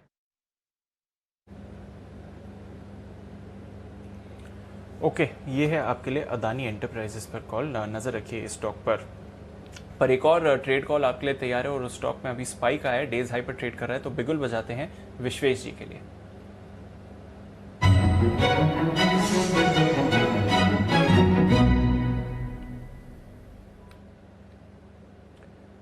बताएं विश्वेश जी। देखिए, खरीदारी की राय है और स्टॉक इंद्रप्रस्थ गैस करीबन अभी 398 के आसपास चल रहा है। और जिस हिसाब से डेटा है, देखिए मैं बता देता हूँ 400 के कॉल ऑप्शन में और 400 के कॉल और पुट दोनों मिला के 7 + 5 12 लाख शेयर खड़े हैं। और हम लोग जिस लेवल से टर्न हो रहे हैं 385 से, वहां पे मल्टीपल बॉटम बनाए हैं और ये वीक की जो कैंडल है वो कैंडल फॉर्मेशन हैमर है। मुझे लगता है जैसे ही स्टॉक 400 के ऊपर जाएगा, स्टॉक में शार्प शॉट। मार्केट वैसे भी डल है तो I am trying to find out the low this trade. तो 393 के स्टॉप लॉस से आईजीएल को खरीदारी करनी है। 405 और 415 ये दो टारगेट होंगे। बहुत ही ब्यूटीफुल डबल बॉटम पैटर्न है on daily and weekly chart. मुझे लग रहा है कि यहाँ पे बहुत अच्छा मोमेंटम आ सकता है। इसको खरीदारी करके अगले वीक के लिए होल्ड करें। मेरे हिसाब से एटलीस्ट 5 to 7% का मूव एक्सपेक्टेड है। ओके, 5 to 7% का मूव यहाँ पर आ सकता है। डेज हाई पर ये स्टॉक आज पिक ऑफ द डे में सचित जी ने भी रेकमेंड किया था और उनका टारगेट था 400 का। तो ऑलमोस्ट टारगेट से बस 1.5 रुपये दूर आपको स्टॉक दिखेगा आईजीएल का। तो ऑलमोस्ट टारगेट के करीब आता हुआ सचित जी का कॉल। और अब विश्वेश जी भी कह रहे हैं कि यहाँ पर मोमेंटम और बढ़ेगा और आपको 405 415 के टारगेट्स रखने चाहिए। ये है इंद्रप्रस्थ गैस। एक और स्टॉक जो आज सुबह से एक्शन में रहा है और हमने एक्सपर्ट्स के साथ इस पर चर्चा भी करी थी सुबह, वो है मारुति। अब मारुति की अगली चाल कैसी रहेगी रिकवरी के बाद, अब ट्रेंड्स क्या बता रहे हैं, तो मारुति पर बुल और बेयर की रिसर्च करके तैयार हैं इस समय वरुण और कुशल। वरुण, आपसे शुरुआत करते हैं। आप इस समय मारुति पर बुल हैं और पिछले कुछ हफ्तों का एक्शन देखें तो स्टॉक पर भी बढ़िया तेजी बनी है, तो शुरुआत करिए वरुण और बताइए आपका कन्विक्शन क्यों है स्टॉक पर। देखिए, कन्विक्शन इसके लिए क्योंकि एक कंपनी के बारे में अगर किसी को सबसे ज़्यादा पता रहता है तो वो है उस कंपनी के प्रमोटर्स को। उससे ज़्यादा एक कंपनी को कोई नहीं जानता। और अगर एक कंपनी में प्रमोटर अपना हिस्सेदारी जो है उसको बढ़ाए, अपने जो ओवरऑल प्रमोटर की होल्डिंग है, तो इससे ज़्यादा कन्विक्शन और आपको क्या चाहिए। पिछले कुछ समय में अगर आप देखें तो प्रमोटर सुजुकी ने मारुति में अपना हिस्सा जो है वो काफ़ी हद तक बढ़ाया है। अभी हिस्सा 56.28% से बढ़ के 56.37% आ चुका है। यानी कि सुजुकी जो है वो इसमें अपना हिस्सा जो है वो लगातार बढ़ाते जा रहा है। और इससे ज़्यादा कन्विक्शन आपको क्या चाहिए एक कंपनी में पैसा लगाने के लिए। इसके लगातार ये हाइस बनाते जा रहा है और आगे और तेज़ी आपको इस काउंटर में इस वजह से भी देखने मिल सकती है। बिल्कुल वरुण, पर अगर आप वैल्यूएशन के लिहाज से देखेंगे तो स्टॉक जो है काफ़ी ज़्यादा एक्सपेंसिव जोन में चला गया है मेरे हिसाब से। आप देखिए 70% जो है अपने निचले स्तरों से ये ऑलरेडी अप है और अब अपने हाई से ये केवल 6% दूर है। यानी कि इन्वेस्टर्स के लिए, ट्रेडर्स के लिए अब मुझे लग रहा है कि बहुत ज़्यादा मौका नहीं बचा है। तो ये मेरा व्यू पॉइंट है पहला आपके तर्क में। डेफिनेटली आपने ये सही कहा कि स्टॉक में रिकवरी देखने मिली है अच्छी खासी, लेकिन रिकवरी इसके लिए देखने मिली है क्योंकि इस कंपनी के प्रोडक्ट्स में रिकवरी देखने मिली है। शहरी इलाकों में देखिए एक अच्छी खासी रिकवरी जो है इस कंपनी के प्रोडक्ट्स में देखने मिली। इनफैक्ट यूबीएस की रिपोर्ट तो कह रही है कि FY22 में पैसेंजर व्हीकल सेगमेंट में 23% के आसपास का जंप देखने मिल सकता है। यस वरुण, पर यहाँ पर आपको ये चीज़ भी देखनी होगी कि इनका जो एसयूवी सेगमेंट है और जो सेडान सेगमेंट है उसको कड़ी कंपटीशन दे रहे हैं। जैसे आप मॉरिस गैराज देखें या फिर जो किया मोटर्स की सेल्टॉस आती हुई दिखी है, उनसे काफ़ी बड़ी टक्कर इनको मिलती हुई दिखी है। तो पैसेंजर व्हीकल्स की ग्रोथ 23% रहेगी या नहीं FY22 में, इस पर थोड़ा सा संदेह लग रहा है। लेकिन देखिए इसके बावजूद ये कंपनी जो है लगातार अपने नए लॉन्चेस करते जा रही है, जिसके वजह से अगस्त के महीने में करीब 11% के आसपास की बढ़ोतरी देखने मिली ओवरऑल। और इसके अलावा छोटी गाड़ियों पे भी कंपनी फोकस कर रही है जो अभी तो नीड ऑफ द आवर है। बिल्कुल वरुण, बट छोटी जो गाड़ियां हैं वो ही इनकी स्पेशलिटी है। इनफैक्ट अगर आप देखें तो यहाँ पर जो कॉन्सेंट्रेशन है छोटी गाड़ियों का वो काफ़ी ज़्यादा है। अब अगर कस्टमर की प्रेफरेंस चेंज हो जाती है तो ऐसा भी हो सकता है कि जो छोटी गाड़ियों पर फोकस है वो शिफ्ट होकर एसयूवी या फिर सिडान में चला जा सकता है। डेफिनेटली, लेकिन देखिए लॉकडाउन था और लॉकडाउन के बावजूद एक गाड़ी बेच पा रहे हैं लोग, बाइक बेच पा रहे हैं तो बोलते हैं कि बड़ी बात हो गई। कार बेच पा रहे हैं मारुति, इससे अच्छा और क्या हो सकता है। बिल्कुल, तो यहाँ पर आपका ये पॉइंट तो सही है, पर आपको ये भी चीज़ देखनी होगी कि त्योहारी मांग जिस हिसाब से बढ़ रही है वहाँ पर अगर आप देखें तो उन्होंने डिस्काउंट्स भी काफ़ी दिए हैं और डिस्काउंट जब भी कोई कंपनी ज़्यादा देती है तो उनके मार्जिन्स पर भी इम्पैक्ट आता है। डेफिनेटली, लेकिन देखिए त्योहारी मांग बढ़ रही है, ये आपने सही कहा। इसके अलावा एक बात और याद रखिए, इस बार मानसून काफ़ी अच्छा रहा है और जब मानसून अच्छा रहता है ना तो ग्रामीण इलाकों में खासकर अच्छी खासी ग्रोथ देखने मिलती है और कहीं ना कहीं उसका इम्पैक्ट ऑटो सेल्स पे भी पड़ता है और उसका इंपैक्ट आपको मारुति पे भी देखने मिलेगा। बिल्कुल, पर यहाँ पर ब्रोकरेजेस की अगर बात करें तो वहाँ पे CLSA जो है, जो दिग्गज ब्रोकरेज हाउस है, वो कहीं ना कहीं यहाँ पर बेयरिश स्टांस लेकर चल रहे हैं और 4700 रुपए के टारगेट वो दे रहे हैं। इसका क्या करें? डेफिनेटली इसका ये कर सकते हैं कि सिटी को देख लीजिए आप, 8350 के टारगेट इन्होंने दिए, 7200 पे स्टॉक चल रहा है, यानी कि अभी भी 1100 रुपए का अपसाइड जो है वो सिटी इस काउंटर पे दे रहा है। देखिए दो स्पोक्स पर्सन है, एक सिटी का जो कह रहा है कि 8350, एक है प्रवक्ता देखिए, दूसरे जो CLSA के 4750। एक तो है ना, पहली चीज तो ये है कि वरुण आप है ना बेरी बना करें और इसको बुली बनाएं कुशल को, क्योंकि बेयर बनने में तो बेचारा दबी क्या। कुशल, अगर आशु मदान साहब शो में होना तो जोश तुम्हारा ज्यादा होना चाहिए बजाय वरुण के। तो मतलब डरने का नहीं है। अच्छा एक चीज बताइए भाई दवे, आप दोनों के पास कौन सी गाड़ी है? देखिए इसके लिए मैं बुल बनाऊं क्योंकि मेरे पास मारुति है। सबसे बड़ा रीजन ये है। अच्छा, तो एक प्रोडक्ट के बारे में कंज्यूमर सबसे अच्छा बता सकता है, इसके लिए मैंने मारुति लिया। पर मैं तो बेयरिश हो ही सकता हूँ अनिल जी, क्योंकि मेरे पास होंडा की गाड़ी है। देखिए डिफरेंस यही है। क्या बात है। चलिए, तो ये है मारुति पर दोनों की राय, कुशल और साथी वरुण जी। तो ये है आपके लिए बुल वर्सेस बेयर, दोनों ही तरह के कॉल्स मारुति पर आ रहे हैं। कुछ लोग इन भाव से बुलिश हैं तो कुछ लोग इस भाव से बेरिश है। आइए 2:50 हुए और वक्त है भसीन साहब से बातचीत करने का। करते हैं स्वागत।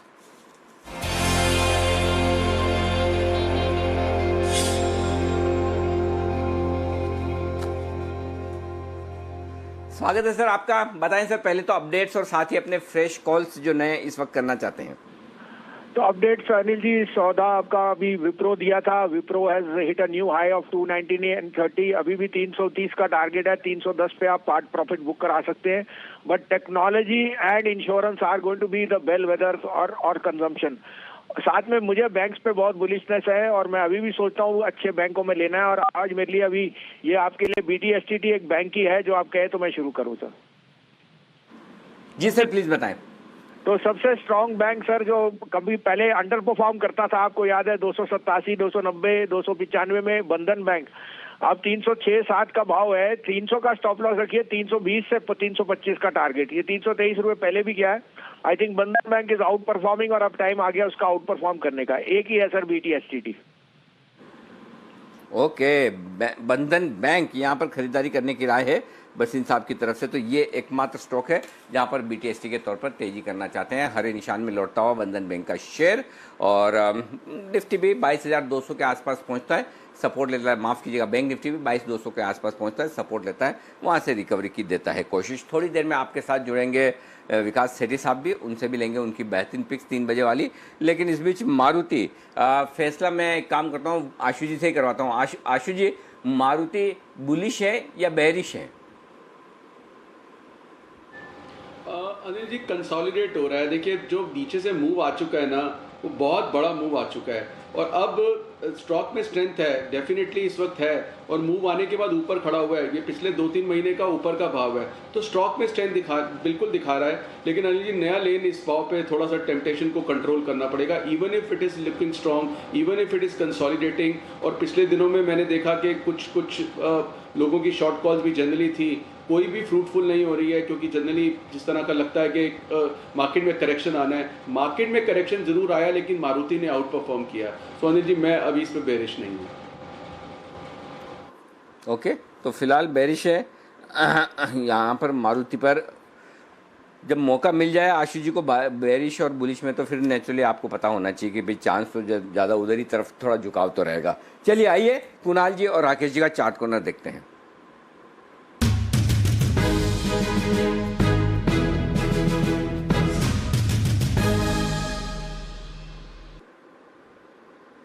बताएं सर।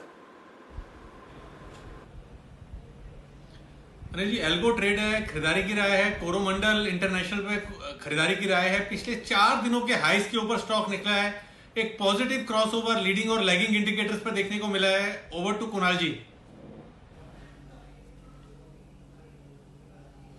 अनिल जी देखिए 2 सत्र पहले स्टॉक में एक ब्रेकडाउन हुआ था, लेकिन उसके बाद कल ही के ट्रेड में हमने एक बहुत शार्प रिकवरी आते हुए देखी और वापस से शेयर ने 740 रुपए की रेजिस्टेंस को दोबारा पार किया ब्रेकडाउन के बाद। तो जब कभी ऐसा होता है अनिल जी, काफी लोग एग्जिट करके ट्रैप हो जाते हैं और फिर एक पुलबैक की रैली आपको जरूर स्टॉक में देखने को मिलती है। ये स्टॉक वापस से एक रेंज में प्रवेश कर चुका है जिसका अपर एंड 800-810 रुपए का है। तो मौजूदा स्तरों पर बाय करने की हमारी राय है। 740 रुपए पर 740 पर स्टॉप लॉस रख लें। पहला टारगेट 785 रुपए का और दूसरा टारगेट 805 रुपए का। तो 785-805 के टारगेट के लिए कोरोमंडल इंटरनेशनल में खरीदारी की राय। ओके, ये है आपके लिए खरीदारी की राय कोरोमंडल इंटरनेशनल पर कुणाल जी और राकेश जी की तरफ से। ओके, आइए अब थोड़ी देर में हमारे साथ सेठी साहब कार्यक्रम में होंगे शामिल और उनसे लेंगे हम उनकी बेहतरीन पिक्स भी। लेकिन तब तक जो मजबूत शेयर है उन पर एक बार फोकस किया जाए जहाँ पर अच्छी खरीदारी होती दिख रही है। Manappuram finance, Manappuram general finance, ये बड़ा तेज़ी से बढ़ा है। 8% 7% मजबूत हुआ है। मनापुरम छोड़ दें तो क्या मुथूट फाइनेंस, यहाँ खरीदारी की जा सकती है? मुथूट पर बड़ा गहरी पकड़ विश्वेश जी आप रखते हैं 1135 पर, अच्छा लग रहा है या छोड़ दे?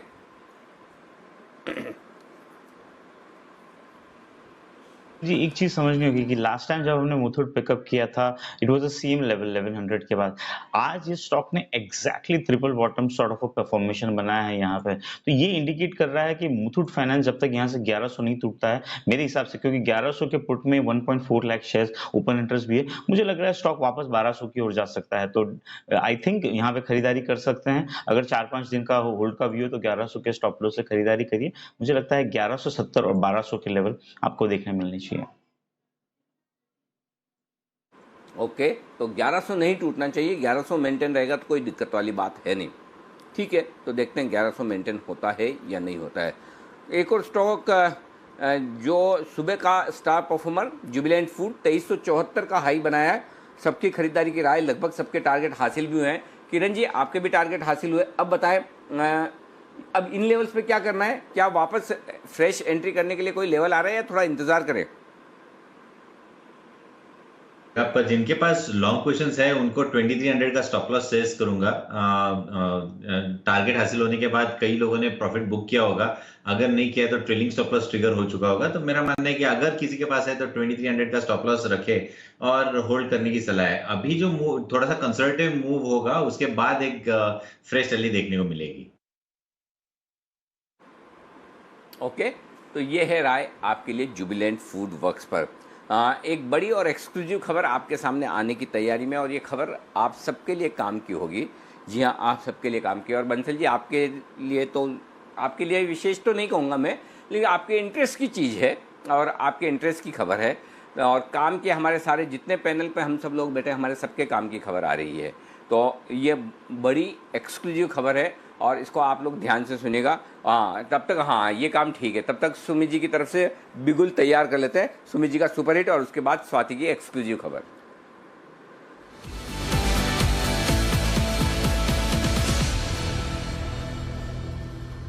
जब भी सुमित जी है ना अपने उंगली उठाते हैं बिगुल बजवाने के लिए, इस कॉल देने के लिए, मेरे को है ना घायल वाले सनी देओल की याद आया थी वो वैसा। और उसके बाद में है ना अपनी बात जहाँ भी हो वहीं बीच में ही छोड़ देता हूँ। जाने दो, इनसे कौन पंगा लेगा, पहले इनका बिगुल बजा के इनका काम निपटाओ, बाद में अपनी बात कर देंगे। तो सुमित जी पहले आप अपनी बात बोल दो, आपको जो स्टॉक रिकमेंड कर रहा हूँ, मैं स्वाति की स्टोरी बाद में ही ले लूँगा, कोई दिक्कत नहीं है। नहीं अनिल जी, ऐसा कुछ नहीं है। Actually Anil ji stock radar पे आया है तो वो स्टॉक पहले डिस्कस कर लेते हैं। अनिल जी, बैंकिंग स्टॉक्स में बहुत रिकवरी आई है और बैंक निफ्टी लोअर लेवल से, एक सेकंड पॉज ले लेता हूँ। हाँ, तो अनिल जी बैंक निफ्टी के अंदर लोअर लेवल से एक स्मार्ट रिकवरी आई है और बैंक निफ्टी को देखते हुए मेरे को ऐसा लग रहा है कि बैंकिंग स्टॉक्स यहाँ से एक बाउंस दिखाएंगे तो नेक्स्ट वीक में हो सकता है एक अच्छा बाउंस देखने को मिले। तो एसबीआई यहाँ पे रडार पे आया है, कल का हाई ब्रेक हो रहा है। एसबीआई के अंदर मेरे को लग रहा है यहाँ से बाउंस के अंदर 210 रुपए से लेके 215 रुपए तक का अपसाइड मूव देखने को मिलेगा और नीचे में 195 का स्टॉप लॉस होगा, वो नीचे में सपोर्ट है। तो कॉल के जरिए एसबीआई का 200 का कॉल 7 रुपए 80 पैसे 7 रुपए 90 पैसे के आसपास है। एसबीआई का 200 का कॉल ले सकते हैं, 5.5 रुपए का नीचे में स्टॉप लॉस लगाएं और ऊपर में 12 रुपए से लेके 15 रुपए तक का मूव नेक्स्ट वीक के अंदर एसबीआई के 200 के कॉल के अंदर देखने को मिल सकता है। तो जो फ्यूचर में करना चाहे वो फ्यूचर कर सकता है, जो ऑप्शंस के जरिए करना चाहे 200 का कॉल कर सकता है। ओके, 200 रुपये का वाला कॉल ऑप्शन खरीदे एसबीआई का, और 202 रुपये 50 पैसे 75 पैसे तो आ ही गया है। ये एक बार 12 और 15 का जो टारगेट है, इसके लिए एंट्री पॉइंट और स्टॉप लॉस एक बार जल्दी से फिर से बता दें, मैं लिखना रह गया। सुमित जी, एसबीआई का 200 का कॉल खरीदारी करना है 7 रुपए 90 पैसे 8 रुपए के पास, 5 रुपए 50 पैसे का नीचे में स्टॉप लॉस लगाना है और ऊपर में 12 रुपए से लेके 15 रुपए तक का 200 के कॉल के अंदर टारगेट होगा और फ्यूचर में मेरे को लग रहा है 210 रुपए से लेके 215 रुपए तक का अपसाइड मूव देखने को मिल सकता है।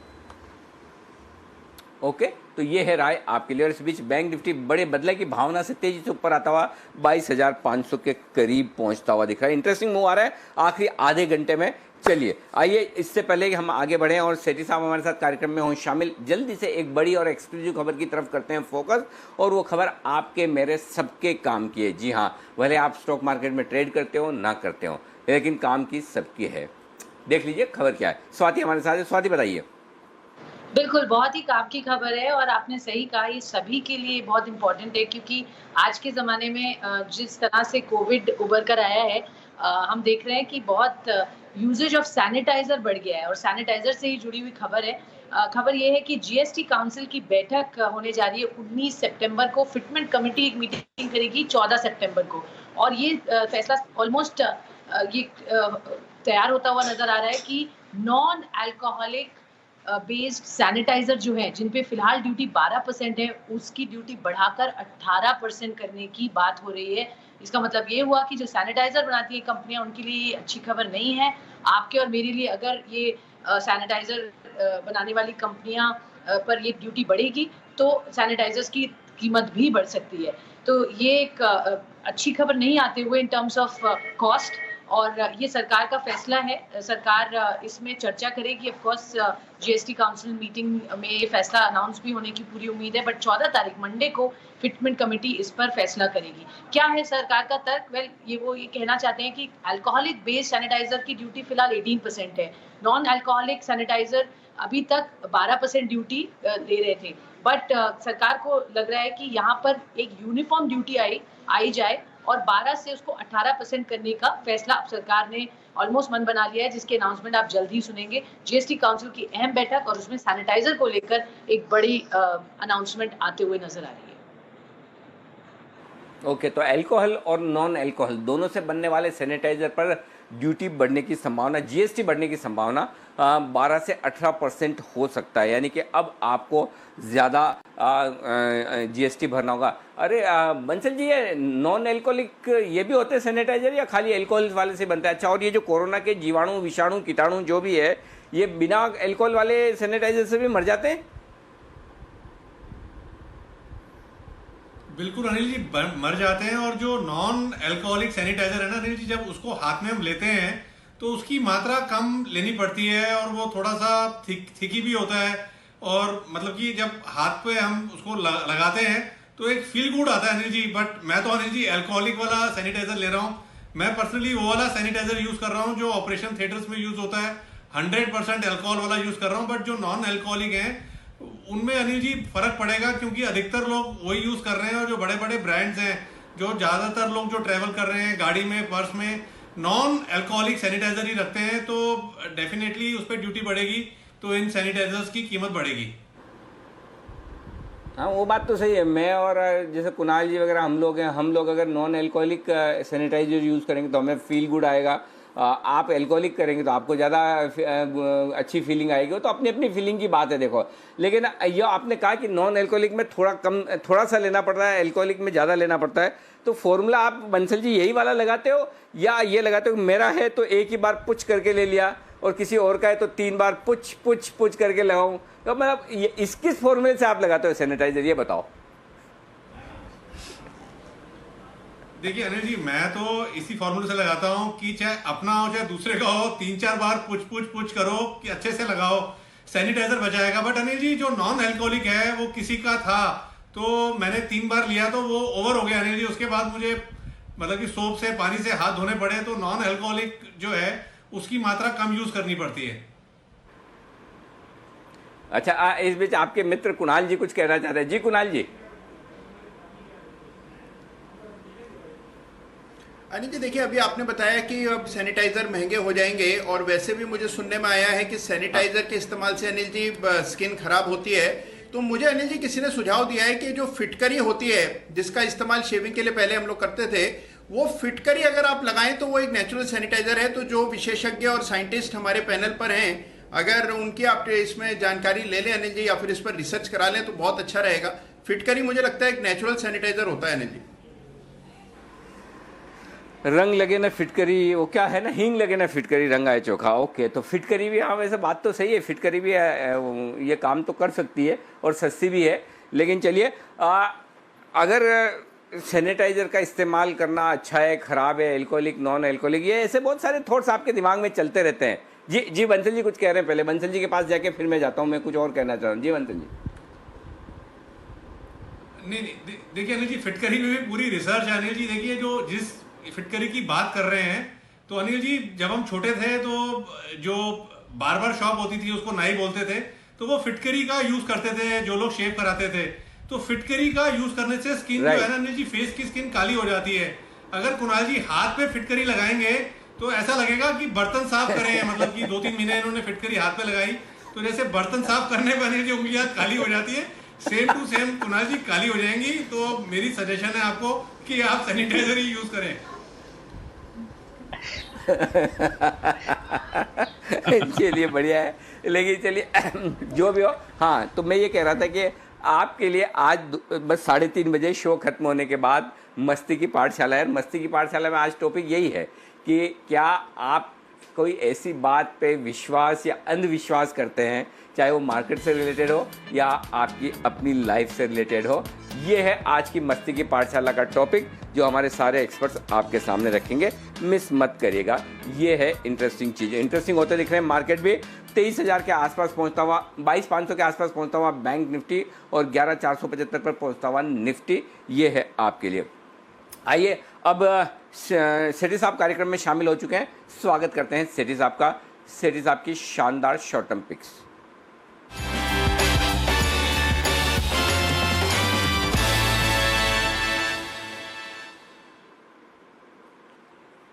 सेठी साहब स्वागत है सर, बताएं सर, एक या अनेक? Good afternoon Anil ji. पहले एक दो बातें करना चाहूंगा कि आज तो लग रहा है जैसे ये मस्ती की पाठशाला आज 3 बजे शुरू हो गई है। मैं तो 2 मिनट पहले जुड़ा हूँ। इस तरह से ये पिक्चरी वाला एपिसोड चल रहा था, मुझे लगता है जैसे मस्ती की पाठशाला शुरू हो चुकी है ऑलरेडी। और बाकी आपका और मेरा आज जो टी शर्ट का कलर है हूबहू एक ही दिख रहा है, बिल्कुल सेम टी शर्ट का कलर आ गया है कोइंसिडेंटली। और बाकी अनिल जी मेरी आज 2 पिक्स है। एक्चुअली एक ही पिक पहले मैं देने वाला था, बट अभी बाजार को देखते हुए मुझे लगता है एक और स्टॉक दिया जा सकता है। तो जो पहला स्टॉक रहेगा वो स्टॉक है कंटेनर कॉर्पोरेशन। एक बहुत ही जबरदस्त पीएसयू है और जिस तरह से आज जेफरीज की रिपोर्ट आई है जिन्होंने 525 के बड़े टारगेट दिए इस स्टॉक में, फिर इसमें 2-3 ट्रिगर है। एक तो जो प्राइवेटाइजेशन का ट्रिगर है वो है ही है, दूसरा जो डेडिकेटेड फ्रेट कॉरिडोर है वो भी एक बड़ा ट्रिगर रहेगा। स्टॉक काफी डिस्काउंटेड वैल्यूएशन पे ट्रेड कर रहा है और हाल ही के दिनों में ये जो लैंड लीज को लेके कुछ इश्यूज हुए थे उसके कारण से स्टॉक पिटा हुआ भी है। मुझे लगता है ये जो 380 के लेवल पे स्टॉक ट्रेड करता है बहुत ही शॉर्ट टर्म में 400 के लेवल्स दिखा सकता है और स्टॉप लॉस रहेगा 372 का। और यहीं पे जो दूसरा स्टॉक मुझे पसंद आ रहा है वो एक फार्मा कंपनी है, कंपनी का नाम है कैडिला। स्टॉक अभी 371 के लेवल पे है फ्यूचर्स। मुझे लगता है इस स्टॉक को भी करंट लेवल्स पे बिल्कुल खरीदना चाहिए। ये भी शॉर्ट टर्म में मतलब मुझे लगता है मंडे ट्यूसडे कोई 385 तक के लेवल्स के लिए इसको बिल्कुल यहाँ पे खरीदा जा सकता है। स्टॉप लॉस रहेगा 365 का। 365 के स्टॉप लॉस के साथ कैडिला दूसरा स्टॉक है जहां पर खरीदारी की जा सकती है। कौन कौन पहला स्टॉक है जहां पर? दूसरा स्टॉक कैडिला ही बताया ना सर आपने? कैडिला बिल्कुल ठीक है। तो कैडिला यहाँ पर 360 का स्टॉप लॉस है, 360 का स्टॉप। एक बार मैं कैडिला के लेवल फिर से लिख लूँ, 360 का स्टॉप लॉस, 385 का टारगेट और 370-72 के आसपास स्टॉक ट्रेड करता हुआ दिख रहा है। बाकी तो सेठी साहब आपने सही कहा कि आपकी मेरी शर्ट तो ऐसा लग रहा है जेरोक्स ही निकाली है। अब ओरिजिनल इसकी पता नहीं, आपकी ओरिजिनल है, मेरी ओरिजिनल एक तो जेरोक्स है, लेकिन आशु सर भी लगभग सेम ही है और सुमित जी भी मिलते जुलते ही हैं। तो आज लाल कलर का बोलबाला थोड़ा ज़्यादा दिख रहा है पैनल पे, ये आपको नजर आ रहा होगा। तो 4 लोग हम एक जैसे नजर आ रहे हैं। जी हाँ, जी विकास जी। जी अनिल जी आपकी मेरी टी शर्ट में इवन ये जो बॉर्डर्स है कॉलर पे और स्लीव्स पे वो भी सेम ही है, तो ये ब्रांड भी सेम ही हो सकता है। अपने को मिलेंगे तब पता चलेगा। हम मिला के देखेंगे। चलो कम से कम अच्छा है ना, एक साथ अपन ने एक शो में पहनी, नहीं तो लोग ये भी सोच सकते हैं वे बदल के तो नहीं पहनते होंगे कहीं आपस में। तो कम से कम हम दोनों के पास अलग अलग है, भले ही सेम है फिर भी अलग अलग। वो भी बिल्कुल कोइंसिडेंस है। मैं तो ये पहन के ऑफिस पहुंच गया, उसके बाद मैंने आपको देखा 8:15 बजे टीवी पे। चलिए बढ़िया बात है। ओके आइए कुछ और स्टॉक्स। और हाँ, जय ठक्कर भी आपके साथ जुड़ने वाले हैं एक्सपायरी का ऑप्शन देने के लिए, माफ कीजिएगा कैश का ऑप्शन देने के लिए। एक्सपायरी तो अभी कल ही हुई है, अभी कहाँ से, अभी बहुत टाइम है। तो ये कैश का ऑप्शन देने के लिए जय हमारे साथ कार्यक्रम में हो रहे हैं शामिल, उनसे भी हम उनकी बेहतरीन पिक लेंगे। लेकिन स्टॉक जो एक और मजबूती की तरफ ट्रेड कर रहा है उस पर राय ली जाए और वो है डाबर। 2.5% मजबूत हुआ है, ओपन इंटरेस्ट भी अच्छा बनता हुआ है यहाँ पर। वागले साहब डाबर के चार्ट देखिए और राय दीजिए आप अपनी। अनिल जी पॉजिटिव व्यू है, फाइनेंशियल्स मैच नहीं हो रहे एज अ डे ट्रेड या आज लेके मंडे को निकलने के लिए, वो मैं कंफर्टेबल नहीं हूँ। पोजिशनली आपको लेना है तो 500 के स्टॉप लॉस, 525 530 के टारगेट, 2 से 3 दिन का व्यू, ऐसा ट्रेड लेना है तो मैं ज्यादा कंफर्टेबल रहूंगा। ओके डाबर पर नज़र रखिए, डेज हाई पर ऑलरेडी ट्रेड कर रहा है तो फिर यहाँ से फ्रेश मूव आना मुश्किल लग रहा है, पर स्टॉक में तेज़ी बरकरार है। स्ट्राइड्स यहाँ पर हम देख रहे हैं कि सुबह से बढ़िया एक्शन है। हिमांशु जी भी इसे सुबह रेकमेंड करके गए थे और उनका टारगेट भी आ गया 660 का, उनका जो पहला टारगेट था वो तो हिट हो गया है। पर सुमित जी, स्ट्राइड्स में और आप मोमेंटम देखते हैं जिस तरह से आज का अपमूव आया है, और तेजी बनेगी, कोई और ट्रेड बनता है इस लेवल पर? दीपांशु, मेरी टी शर्ट भी रेड है, वो स्क्रीन पे ऑरेंज दिख रही है, तो मैं सबको बता दूं कि मेरा भी एकदम मैचिंग कलर है अनिल जी, सेठी साहब और आशु जी के साथ। तो वो ये नहीं समझे कि मैं ऑरेंज कलर में हूं।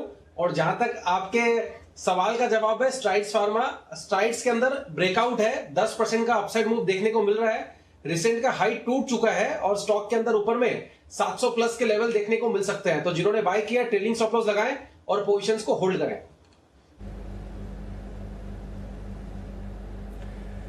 ओके, आपके लिए स्ट्राइड्स फार्मा पर आए इस वक्त आती हुई जी। आइए अब बढ़ते हैं आगे और अब फोकस करते हैं कैश का ऑप्शन। जय ठक्कर जुड़ रहे हैं हमारे साथ।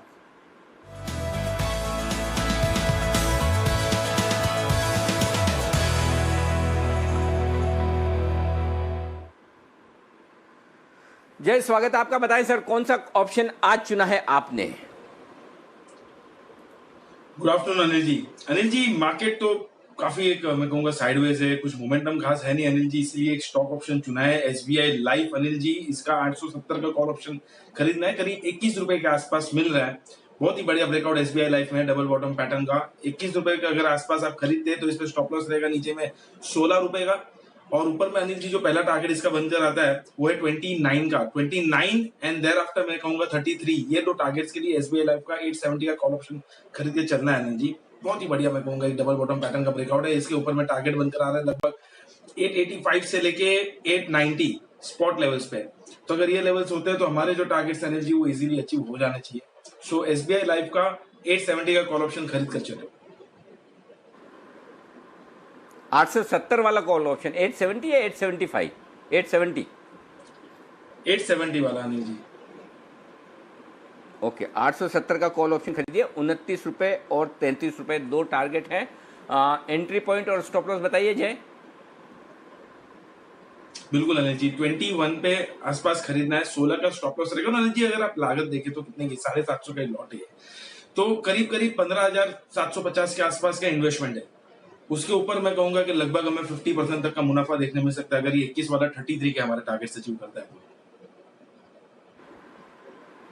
ओके, परफेक्ट, ठीक है। ये है आपके लिए एसबीआई लाइफ में खरीदारी करने की राय।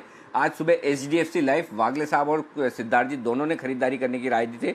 सुबह से स्टॉक काफ़ी मजबूती के साथ कारोबार करता हुआ दिखा भी, वहाँ पर भी अच्छी तेजी बनी है। जय, और भी कोई आपकी पिक्स है? नहीं तो फिर मेरे पास कुणाल जी और राकेश जी का पिक ऑफ द डे है। अनिल जी, बैंक निफ्टी पर इनफैक्ट मैं हमारा ऑलरेडी कॉल ऑप्शन ओपन है, बट अनिल जी मैं फ्यूचर्स में इस पे एक रिकमेंडेशन देना चाहूंगा। एक प्रोटेक्टिव पुट स्ट्रैटेजी यहाँ पे रिकमेंड करना चाहूंगा अनिल जी, तो अगर आपकी इजाजत हो तो मैं अभी दे दूं। तो रुको, स्ट्रेटेजी आपके लिए इंतजार करिए तब तक, क्योंकि इंडेक्स तो क्या कहीं भागने वाला है नहीं, लेकिन कुणाल जी राकेश जी के शेयर भाग जाते हैं और जल्दी से भाग जाते हैं, और स्पेशली जो पिक ऑफ द डे वाले हों वो तो और जल्दी से भागते हैं। तो पहले पिक ऑफ द डे का बिगुल, और पिक ऑफ द डे का बिगुल का मतलब यही कि कुणाल जी और राकेश जी जो है वो, उसमें से कुणाल जी तो कुछ ना कुछ कर ही लेंगे, राकेश जी सोमवार के लिए भी कुछ नहीं करेंगे। और करे भी कैसे, देखिए इतनी रिसर्च करते हैं वो, अल्कोहलिक नॉन अल्कोहलिक सैनिटाइजर पे, फिटकरी पे, क्या क्या चीज़, ये सब करने के बावजूद इनको कभी कभार चार्ट देखने का टाइम मिल जाता है बंसल जी को। ये बहुत बड़ी बात है अपने आप में कि कभी कभी बीच बीच में चार्ट देख लेते हैं इन सारी फार्मा की रिसर्च के बीच में। तो आइए बिगुल पिक ऑफ द डे का।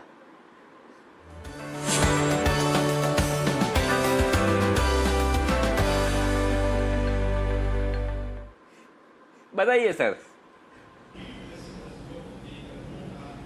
अनिल जी, एक चीज बोलना चाहूंगा। मैंने अनिल जी ये रिसर्च तो करी है, मैंने आपकी रेड टी शर्ट पे भी रिसर्च करी है, उस पर हम चर्चा बाद में करेंगे कभी। अभी जो पिक ऑफ द डे है वो है एसबीआई कार्ड, जो कि नए लाइफ टाइम हाई पे जा रहा है अनिल जी। नए लाइफ टाइम हाई पे जा रहा है अनिल जी एसबीआई कार्ड, इसको मिस नहीं करना चाहिए। और मेरा तो मंडे को भी सुबह स्टॉक यही रहेगा, तो एसबीआई कार्ड को खरीदें। ओवर टू कुणाल जी। अनिल जी देखिए, क्लियर ब्रेकआउट चार्ट पर आता हुआ दिखाई दे रहा है। 3-4 दिनों से लगातार मेरे और राकेश जी के रडार पर ये स्टॉक है। आज ये निकला है 840 के ऊपर, जो कि एक ब्रेकआउट का लेवल है। अब ये अनचार्टेड टेरिटरी में आ चुका है और जिस तरह का यहाँ स्ट्रक्चर है, इस स्टॉक में आपको काफी ऊपर के लेवल्स देखने को मिलेंगे। 840 जो कि ब्रेकआउट का लेवल है, वहीं पर एक स्टॉप लॉस रख लें, 840 का स्टॉप लॉस रखें। पहला जो टारगेट होगा वो 870 रुपए का 870 का, और दूसरा जो टारगेट होगा वो 885 रुपए का 885 का है। तो 885 के लक्ष्य के लिए एसबीआई कार्ड में हमारी खरीदारी करें। 885 का लक्ष्य एसबीआई कार्ड में करें खरीदारी। और मैं लगातार कह ही रहा था कि एसबीआई कार्ड जब आईपीओ आया था माहौल खराब था, वो मार्च के महीने में नीचे आया, लेकिन अब देखिए लाइफ टाइम हाई पर एसबीआई कार्ड ट्रेड कर रहा है। 755 रुपए का इश्यू प्राइस था, वहां से 100 रुपए ऊपर है। अच्छी क्वालिटी के शेयर थोड़ा इंतजार करवा सकते हैं, लेकिन नुकसान नहीं देंगे, ये भरोसा आपको रखना जरूरी है। आइए जय का जैकपॉट और उसके बाद विश्वेश जी की भी एक बेहतरीन स्ट्रेटजी। जय का जैकपॉट।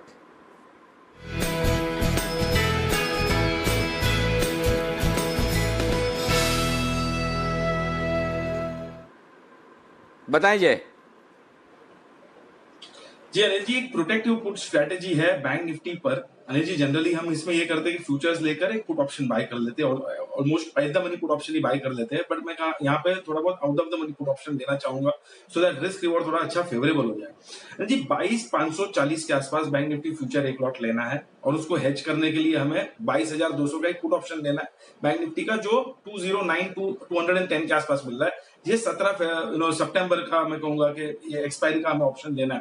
तो एक फ्यूचर के सामने एक पुट ऑप्शन लेना है जी। इसमें फ्यूचर्स में जो मेरा टारगेट बनकर आ रहा है वो 22,900-950 तक के, मतलब 400 पॉइंट की एक तेजी देखने मिल सकती है। एसबीआई लाइफ बोलो, SBI card, SBI bank, in fact सारे में ये एसबीआई में तो एक अच्छा मूव देखने मिल ही रहा है। साथ ही साथ दूसरे सारे बैंक से like ICICI bank, Kotak bank या तो एक्सिस बैंक, ये सब में भी थोड़ा शॉर्ट टर्म रिवर्सल हो चुका है और कहीं ना कहीं नीचे के लेवल्स होल्ड कर रहे ऐसा लग रहा है।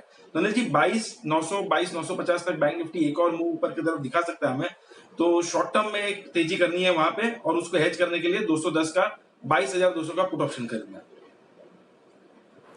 और बैंक निफ्टी ने जिस तरह की रिकवरी दी है निचले स्तरों से, काबिल तारीफ है। देखिए बैंक निफ्टी कहाँ 1% के आसपास कमजोर दिख रहा था, निफ्टी फ्लैट था, लेकिन जिस तरह से बदले की भावना से ऊपर आया एकदम कि मैं नीचे बंद कैसे हो सकता हूँ, ये कि मुझे तो ऊपर ही बंद होना है, हरे निशान में बंद होना है, और हरे निशान में बंद होने की पूरी तैयारी बैंक निफ्टी की। सबसे बढ़िया बात देखिए 22,540 ये है फ्यूचर्स का लेवल और 22,490, यानी कि 50 पॉइंट 40 पॉइंट के आसपास की प्रीमियम बैंक निफ्टी में बनती दिख रही है। ये प्रीमियम आपको दिखा रही है, कैश और फ्यूचर लेवल दोनों साथ में दिखाई है। ये प्रीमियम आपको ये बता रही है कि शॉर्ट कवरिंग होती हुई दिखी है आखिरी मिनटों में। शॉर्ट कवरिंग क्यों हुई है उसके लिए जरा डाउ फ्यूचर पर नजर डाल लीजिएगा, नैस्डैक फ्यूचर पर नजर डाल लीजिएगा। तो आज अमेरिका में मजबूत ट्रेडिंग सेशन होने की उम्मीद में यहाँ पर रिकवरी जो होती दिख रही है वो काबिल तारीफ। आइए ऐसी एक और बेहतरीन कॉल विश्वेश का विशेष।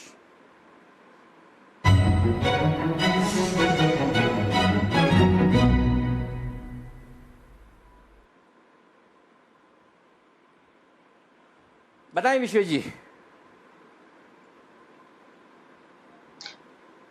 मेरा भी इनहेरेंट व्यू ये है कि यहाँ से शायद मार्केट में अपसाइड लिमिटेड हो या थोड़ी डाउनसाइड हो सकती है, लेकिन एक्सपायरी तक मोर और लेस हम रेंज में रहेंगे, क्योंकि और रिलायंस हमने 2180 में पकड़ा था, हमारा 2400 का टारगेट, ऑलमोस्ट 340 हो गया। मुझे लगता है निफ्टी शायद बैक स्टेज लेगा, बैंक निफ्टी आगे जाएगा। तो स्ट्रैटेजी बहुत ही बेहतरीन है और अगर एक्सपायरी तक होल्ड करे तो मेरे हिसाब से इसमें 99% चांसेस है प्रॉफिट होने के। करना ही होगा, थोड़ा पेन और पेपर लेके लिखना होगा। आपको 11,600 के 2 कॉल बेचने 24 सितंबर के, जो करीबन 95 रुपीज के आसपास बिक रहे हैं। हम उसको 100 रुपए पकड़ते हैं for the sake of calculation, और एक पुट ऑप्शन बेचना है 11,300 का, जो करीबन आपका अगेन 100 रुपए के आसपास जा रहा है। तो नेट आप 95 प्लस 95 मतलब 190 रुपए आपको सामने क्रेडिट मिलेगा और 100 रुपए नीचे के क्रेडिट मिलेंगे, तो आपको 200 रुपए के आसपास का 200 रुपए के कॉल में और 100 रुपए का पुट में, तो नेट 300 रुपए क्रेडिट मिलेगा। इस जो स्ट्रैटेजी, इसको स्ट्रैप स्ट्रैटेजी कहते हैं, जिसमें 2 कॉल बेचा है 1 पुट बेचे हैं, तो आपकी जो रेंज होती है एक्सपायरी की वो बहुत ही बेहतरीन रेंज है। 11,000 तक नीचे में कोई रिस्क नहीं है और ऊपर में 11,750 तक कोई रिस्क नहीं है। तो 11,750 से 11,000 की रेंज में कोई रिस्क नहीं है, और उसमें अगर ये रेंज में कहीं भी अगर 11,300 से 11,600 की रेंज में रह जाता है तो आपको मोटा मोटी 22,000 रुपए एक डिप्लॉयमेंट का लगता है। मार्जिन इस वक्त 2,66,000 का चाहिए, तो ऑन मार्जिन अगर आप रिटर्न कैलकुलेट करोगे तो 8% का मैक्सिमम रिटर्न मिल सकता है। आपका एक दिन का जो टाइम वैल्यू है वो 1,600 रुपए है, और मेरे हिसाब से वॉलेटिलिटी का जो वेगा होता है वो 2,600 रुपए है। मेरा इनहेरेंट व्यू ये है, मैं सम अप कर दूंगा, 11,300 11,600 के बीच में मार्केट रहेगा, उठा पटक होने के बावजूद वही रहेगा।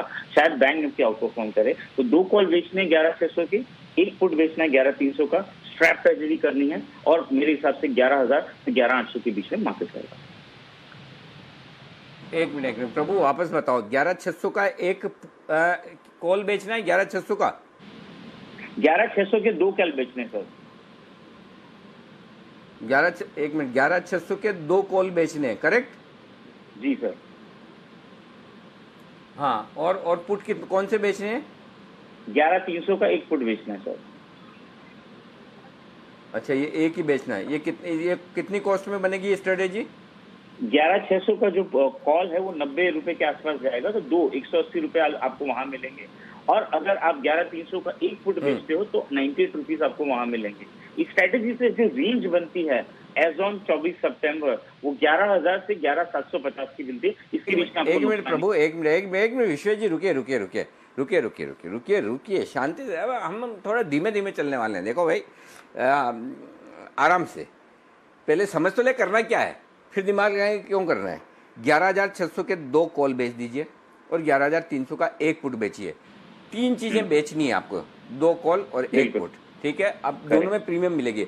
180 रुपए मिलेंगे कॉल बेचने से, 2 90, और 100 रुपए मिलेगा आपको 11,300 का पुट बेचने से। कुल कमाई आ गई आपके अंदर 280 रुपए, ठीक है? अब 11,000 से लेके 11,750 तक निफ्टी रहता है, और ये आप बेचे 24 सितंबर का, यानी कि इस महीने के एंड का। ये महीना है छोटा, तो ये बनेगी प्रीमियम बढ़िया, और ये इसमें आपके हो जाएगी कमाई, ठीक है? ये क्लियर कट है। अब ये कमाई कंफर्म है क्या? जरा ये आप देख लीजिए कि भाई 24 सितंबर तक हर रोज आपके प्रीमियम घटेगी, ये है राय। मैं और विस्तार से बातचीत करूंगा, लेकिन उससे पहले सुमित का सुपरहिट तैयार है, आइए चलते हैं उनके पास।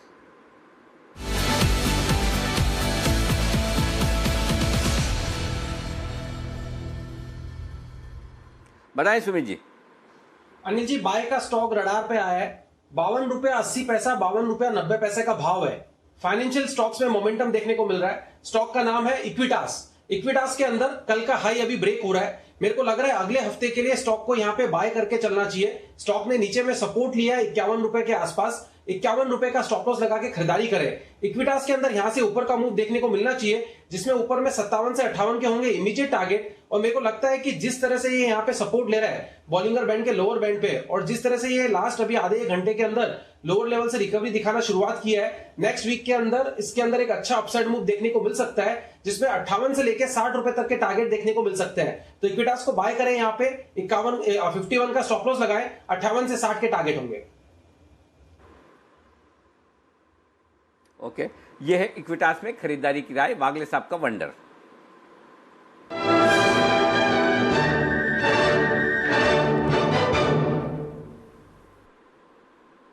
बताएं वागले साहब।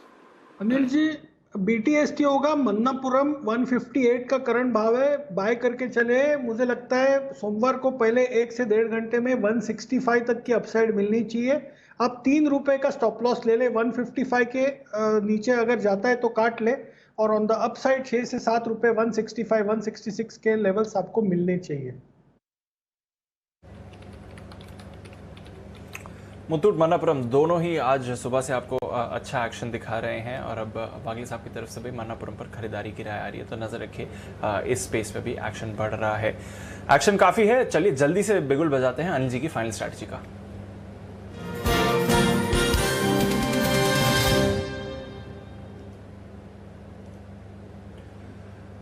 Anil ji, global positive, Dow futures 185 अंक की तेजी, नैस्डैक फ्यूचर्स 1.25% ऊपर, यूरोप थोड़ा मिला जुला, और हमारे बाजारों में भी अच्छी रिकवरी आई है निचले स्तरों से, स्पेशली बैंक निफ्टी पर कुछ करके जाना चाहिए।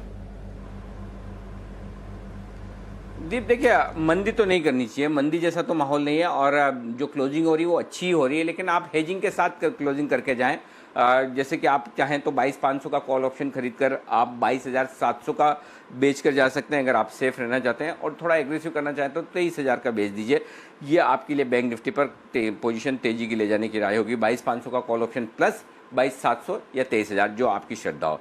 11,500 का कॉल ऑप्शन प्लस 11,600 का कॉल ऑप्शन बेचकर ये निफ्टी में आप कर सकते हैं। तो तेजी की पोजीशन लेकर जाएं। जिस लेवल पर क्लोज हो रहा है तो एकदम बीचों बीच में ही 22,500 और 11,450 ऐसी जगह पर हो रहा है जहां पर मेक और ब्रेक वाला मामला है। लेकिन अगर आप कहेंगे तो risk reward ratio Dow futures को देखते हुए थोड़ी तेजी की तरफ है। एक ही रिस्क है इस मार्केट में और वो है चाइना फैक्टर, जो आपको हमें पता नहीं, अगर वीकेंड पे कोई खबर किसी भी तरह की आ जाए तो बाजार को बड़ा मुंह दे सकती है। तो वो रिस्क अगर आप लेकर जा सकते हैं तो ठीक है। वो तेजी के लिए वो एक रिस्क है, तेजी की पोजीशन में अगर कोई ख़राब खबर आ जाए। अगर नहीं आई तो मंडे को आपको थोड़ा गैप मिल सकता है। 150-200 पॉइंट का बैंक निफ्टी पे, 50-1 पॉइंट का निफ्टी पर ये गैप मिल सकता है। तो उस हिसाब से आपको ट्रेड करना चाहिए। तो मेरा ये मानना है फिर वो रिस्क है तो उस हिसाब से थोड़ा आप सामने ऊपर का कॉल ऑप्शन बेच कर चले जाएँ तो ज़्यादा बढ़िया होगा। 22,500 का कॉल ऑप्शन निफ्टी का खरीदिए, 22,700 का बेच दीजिए, 11,500 का खरीदिए निफ्टी पर और 11,600 का बेच दीजिए। जी दीप। ओके वैसे खरीदारी का ही रुझान है, एक्शन अच्छा है पर हेज करके ज़रूर जाइएगा, नेकेड पोजीशंस कैरी फॉरवर्ड नहीं करिए। ये है अनिल जी की तरफ से आपके लिए सलाह। अच्छी रिकवरी हुई है दिन के निचले स्तरों से। कल की तेज़ी के बाद आज की रिकवरी के साथ आप कह सकते हैं कि पॉजिटिव क्लोज रह रहे, बट काफ़ी वॉलेटाइल हफ्ता रहा है भारतीय बाजारों के लिए और ग्लोबल बाजारों के लिए भी, और काफ़ी उतार चढ़ाव भी हमने देखा है। इवेंचुअली फाइनल क्लोजिंग की तरफ चलें तो ब्रेथ में ज़्यादा इंप्रूवमेंट नहीं हुआ है। अभी भी अगर आप देखेंगे तो बेयर्स का ही एडवांटेज था, बट रिलायंस के पार्टिसिपेशन ना होने के बावजूद निफ्टी ने होल्ड आउट कराया आज के ट्रेड में, और आईटी और बैंक्स यहां पर अच्छा एक्शन आया और कुछ एफएमसीजी स्टॉक्स में भी खरीदारी रही है। विप्रो टॉप गेनर आज का 3% की तेजी, मल्टीपल एक्सपर्ट्स ने आज इस स्टॉक को आपको रेकमेंड किया है। टेक महिंद्रा यहाँ पर अच्छी खरीदारी रही। एसबीआई एंड ऑफ डे यहाँ पर अच्छा मूवमेंट आया। टीसीएस में भी खरीदारी आपको आती हुई दिखी। हीरो मोटोकॉर्प सुबह से एक्टिव रहा है, सेठी साहब ने भी इसके बारे में बात करी थी। यूपीएल यहाँ पर आप अच्छा एक्शन देख रहे थे। हिंडाल्को, ब्रिटानिया यहाँ पर भी मूवमेंट आते हुए दिखा। कोटक बैंक और टाइटन यहाँ पर भी सुबह आपके पास मल्टीपल रिकमेंडेशंस आई। रिलायंस एकदम फ्लैट कल की 7% की खरीदारी के बाद। दूसरी तरफ नजर रखिए इंडसइंड बैंक, यहाँ पर आपने बिकवाली का प्रेशर देखा है। पावर ग्रिड, बीपीसीएल, भारती एयरटेल, जी एंटरटेनमेंट, कोल इंडिया, एचडीएफसी बैंक, एशियन पेंट्स तेजी के बाद थोड़ा ब्रेक लगा यहाँ पर। आयशा मोटर्स और अल्ट्राटेक, साथ ही श्री सीमेंट जहाँ पर आपने ब्रेक लगते हुए देखा है। वायदा कारोबार की बात करें तो कोफॉर्ज, मल्टीपल एक्सपर्ट्स ने आज यहाँ पर भी आपको खरीदारी की दिलाई दी और टारगेट्स भी आते हुए दिखे। बागे साहब के यहाँ पर 8.5% ऊपर पर और तेजी बाकी है। मन्नापुरम, मुथूट दोनों ही एक्टिव रहे।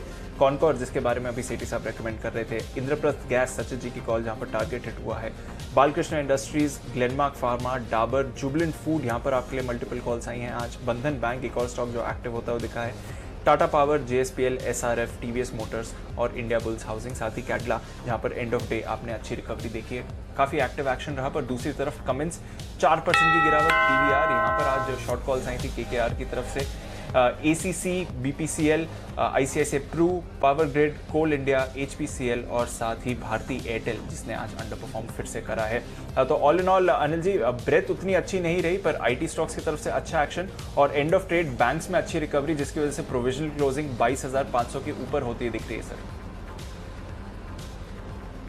जी हाँ बिल्कुल, तो क्लोजिंग किसी भी लिहाज से बुरी नहीं है, हल्के हरे निशान में आपको ज़रूर नजर आएगी, ये बात साफ है। तो क्लोजिंग बेसिस पे बाजार ने थोड़ा सा रिकवरी दिखाई। आखिरी आधे घंटे की रिकवरी काफ़ी काम की रही है। 3 बजे के बाद जो रिकवरी आई है वो बेहतरीन रही है।